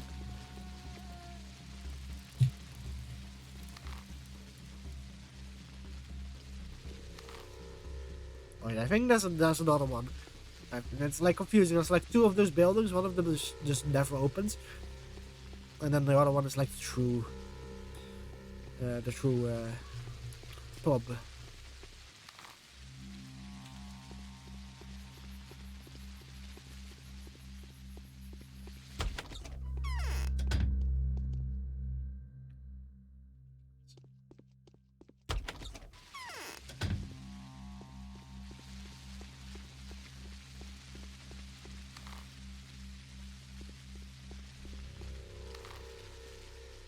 Let's go here, down here, just in case that stores something we haven't looked at yet.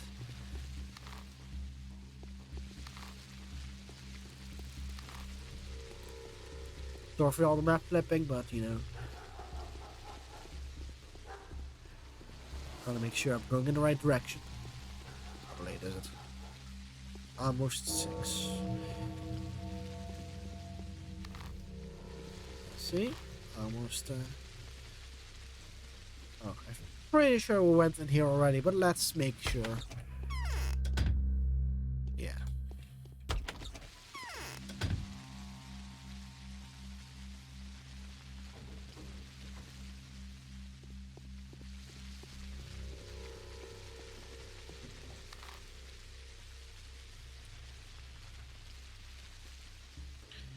Can we sleep? I think, pretty sure we can sleep at Old Game Skis.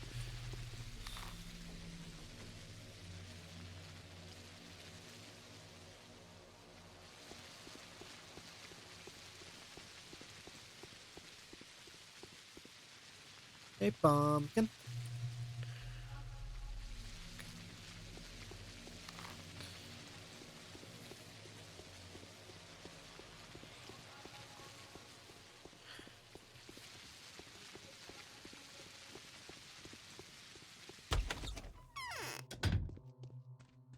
Do 5 to quick save.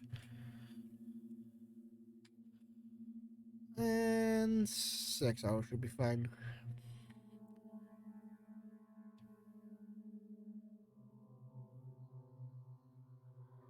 Yeah, 0 exhaustion. The day is over. Your timely efforts allowed your supporters to remain unharmed. A new mime performance is being rehearsed at the theater. That basically means you did all the main quests, and no one got harmed due to your lack of action or your fuck-uppery. Because if you fuck up your quests or you don't do them, then your friends, your colleagues will basically have to do them for you, and that will usually lead to them getting sick or dying or something else.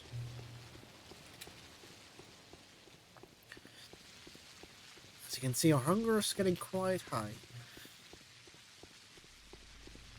Yes. So, I'm going to check out the first letter.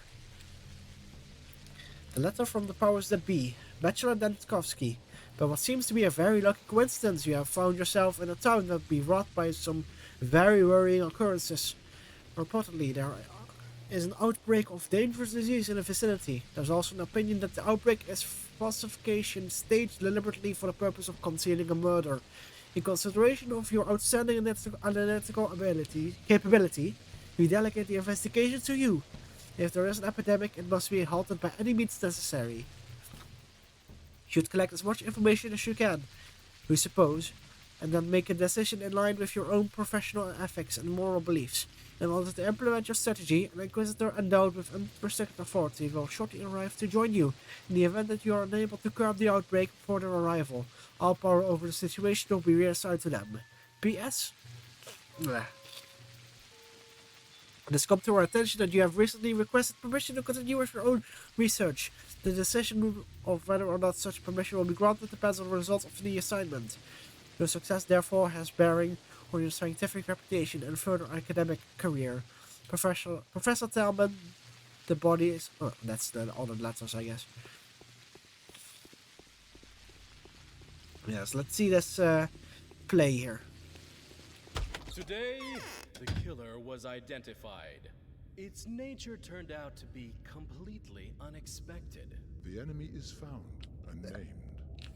It's called the Sand Pest, the contagious plague is threatening to ruin everything here. How can a killer like this be punished? How can a villain like this be struck? He can't. It's impossible. By pulling a knife on it, you'll just cut an innocent body. I think I should go. Nothing to be done here anyway. You should go. Go then.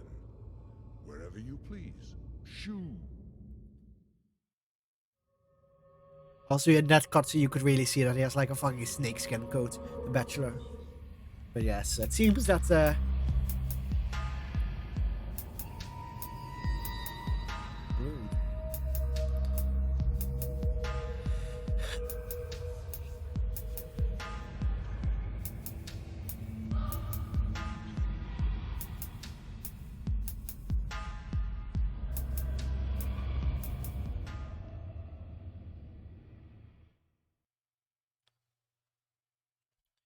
it seems whatever this little play was about, assuming it's going to be a prediction of what's going to be going down today, is that we might want to leave this fucking place before shit hits the fan completely. Hello. A man would rather say evil of himself than say nothing.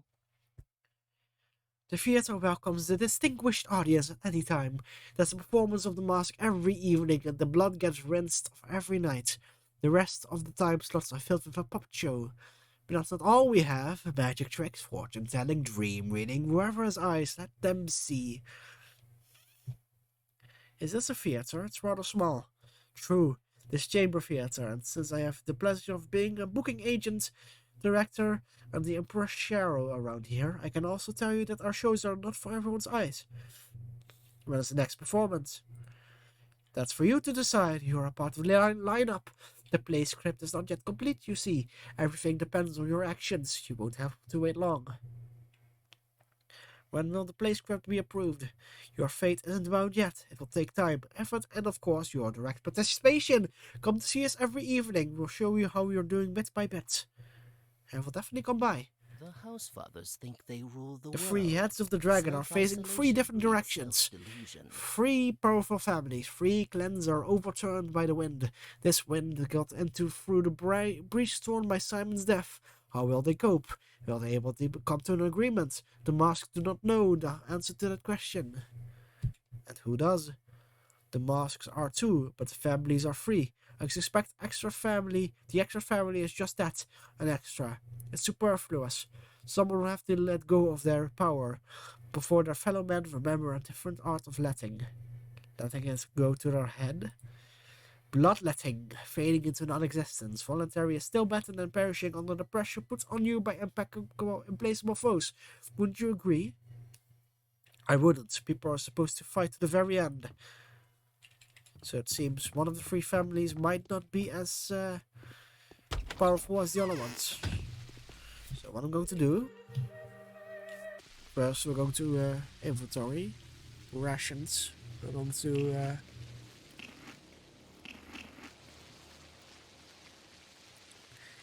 eat a bit, then we're going to save. And I want to show you something real quick. So you roughly saw like the prices, right? With like 2k I could like with like quite like with 5k I could probably like buy out all the food stores in town and lots of extra stuff. Hey, I want to buy something here. What are you charging? 550, 220. Oh. Oh, I perhaps spoiled it before I should have.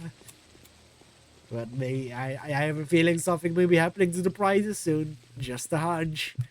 Well, count it as a little heads up for the next time we play. But yes, let us quit. And let us do a raid as I put on some music here quick. Let's see. Who is online?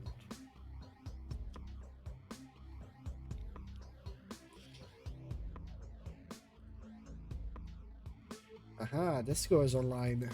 Alt PS1 Demon-esque. Great. So rated. So yeah, that was fun. I hope that we'll be able to do more days in the future, like at one stream. But I feel like I have a bit of a cold and I can't stay up too long because I need to be up semi-early for an event I'm going to tomorrow. So this should be a good place to end regardless. So yes, we'll raid our pile disco here, so let's do that. Oh, the devil. Yes, it's been me, Redwood Robbing. I hope you enjoyed it. And next time, well, I'll play something. Maybe not Pathologic again quite yet. But we'll see. And see you next time. Goodbye.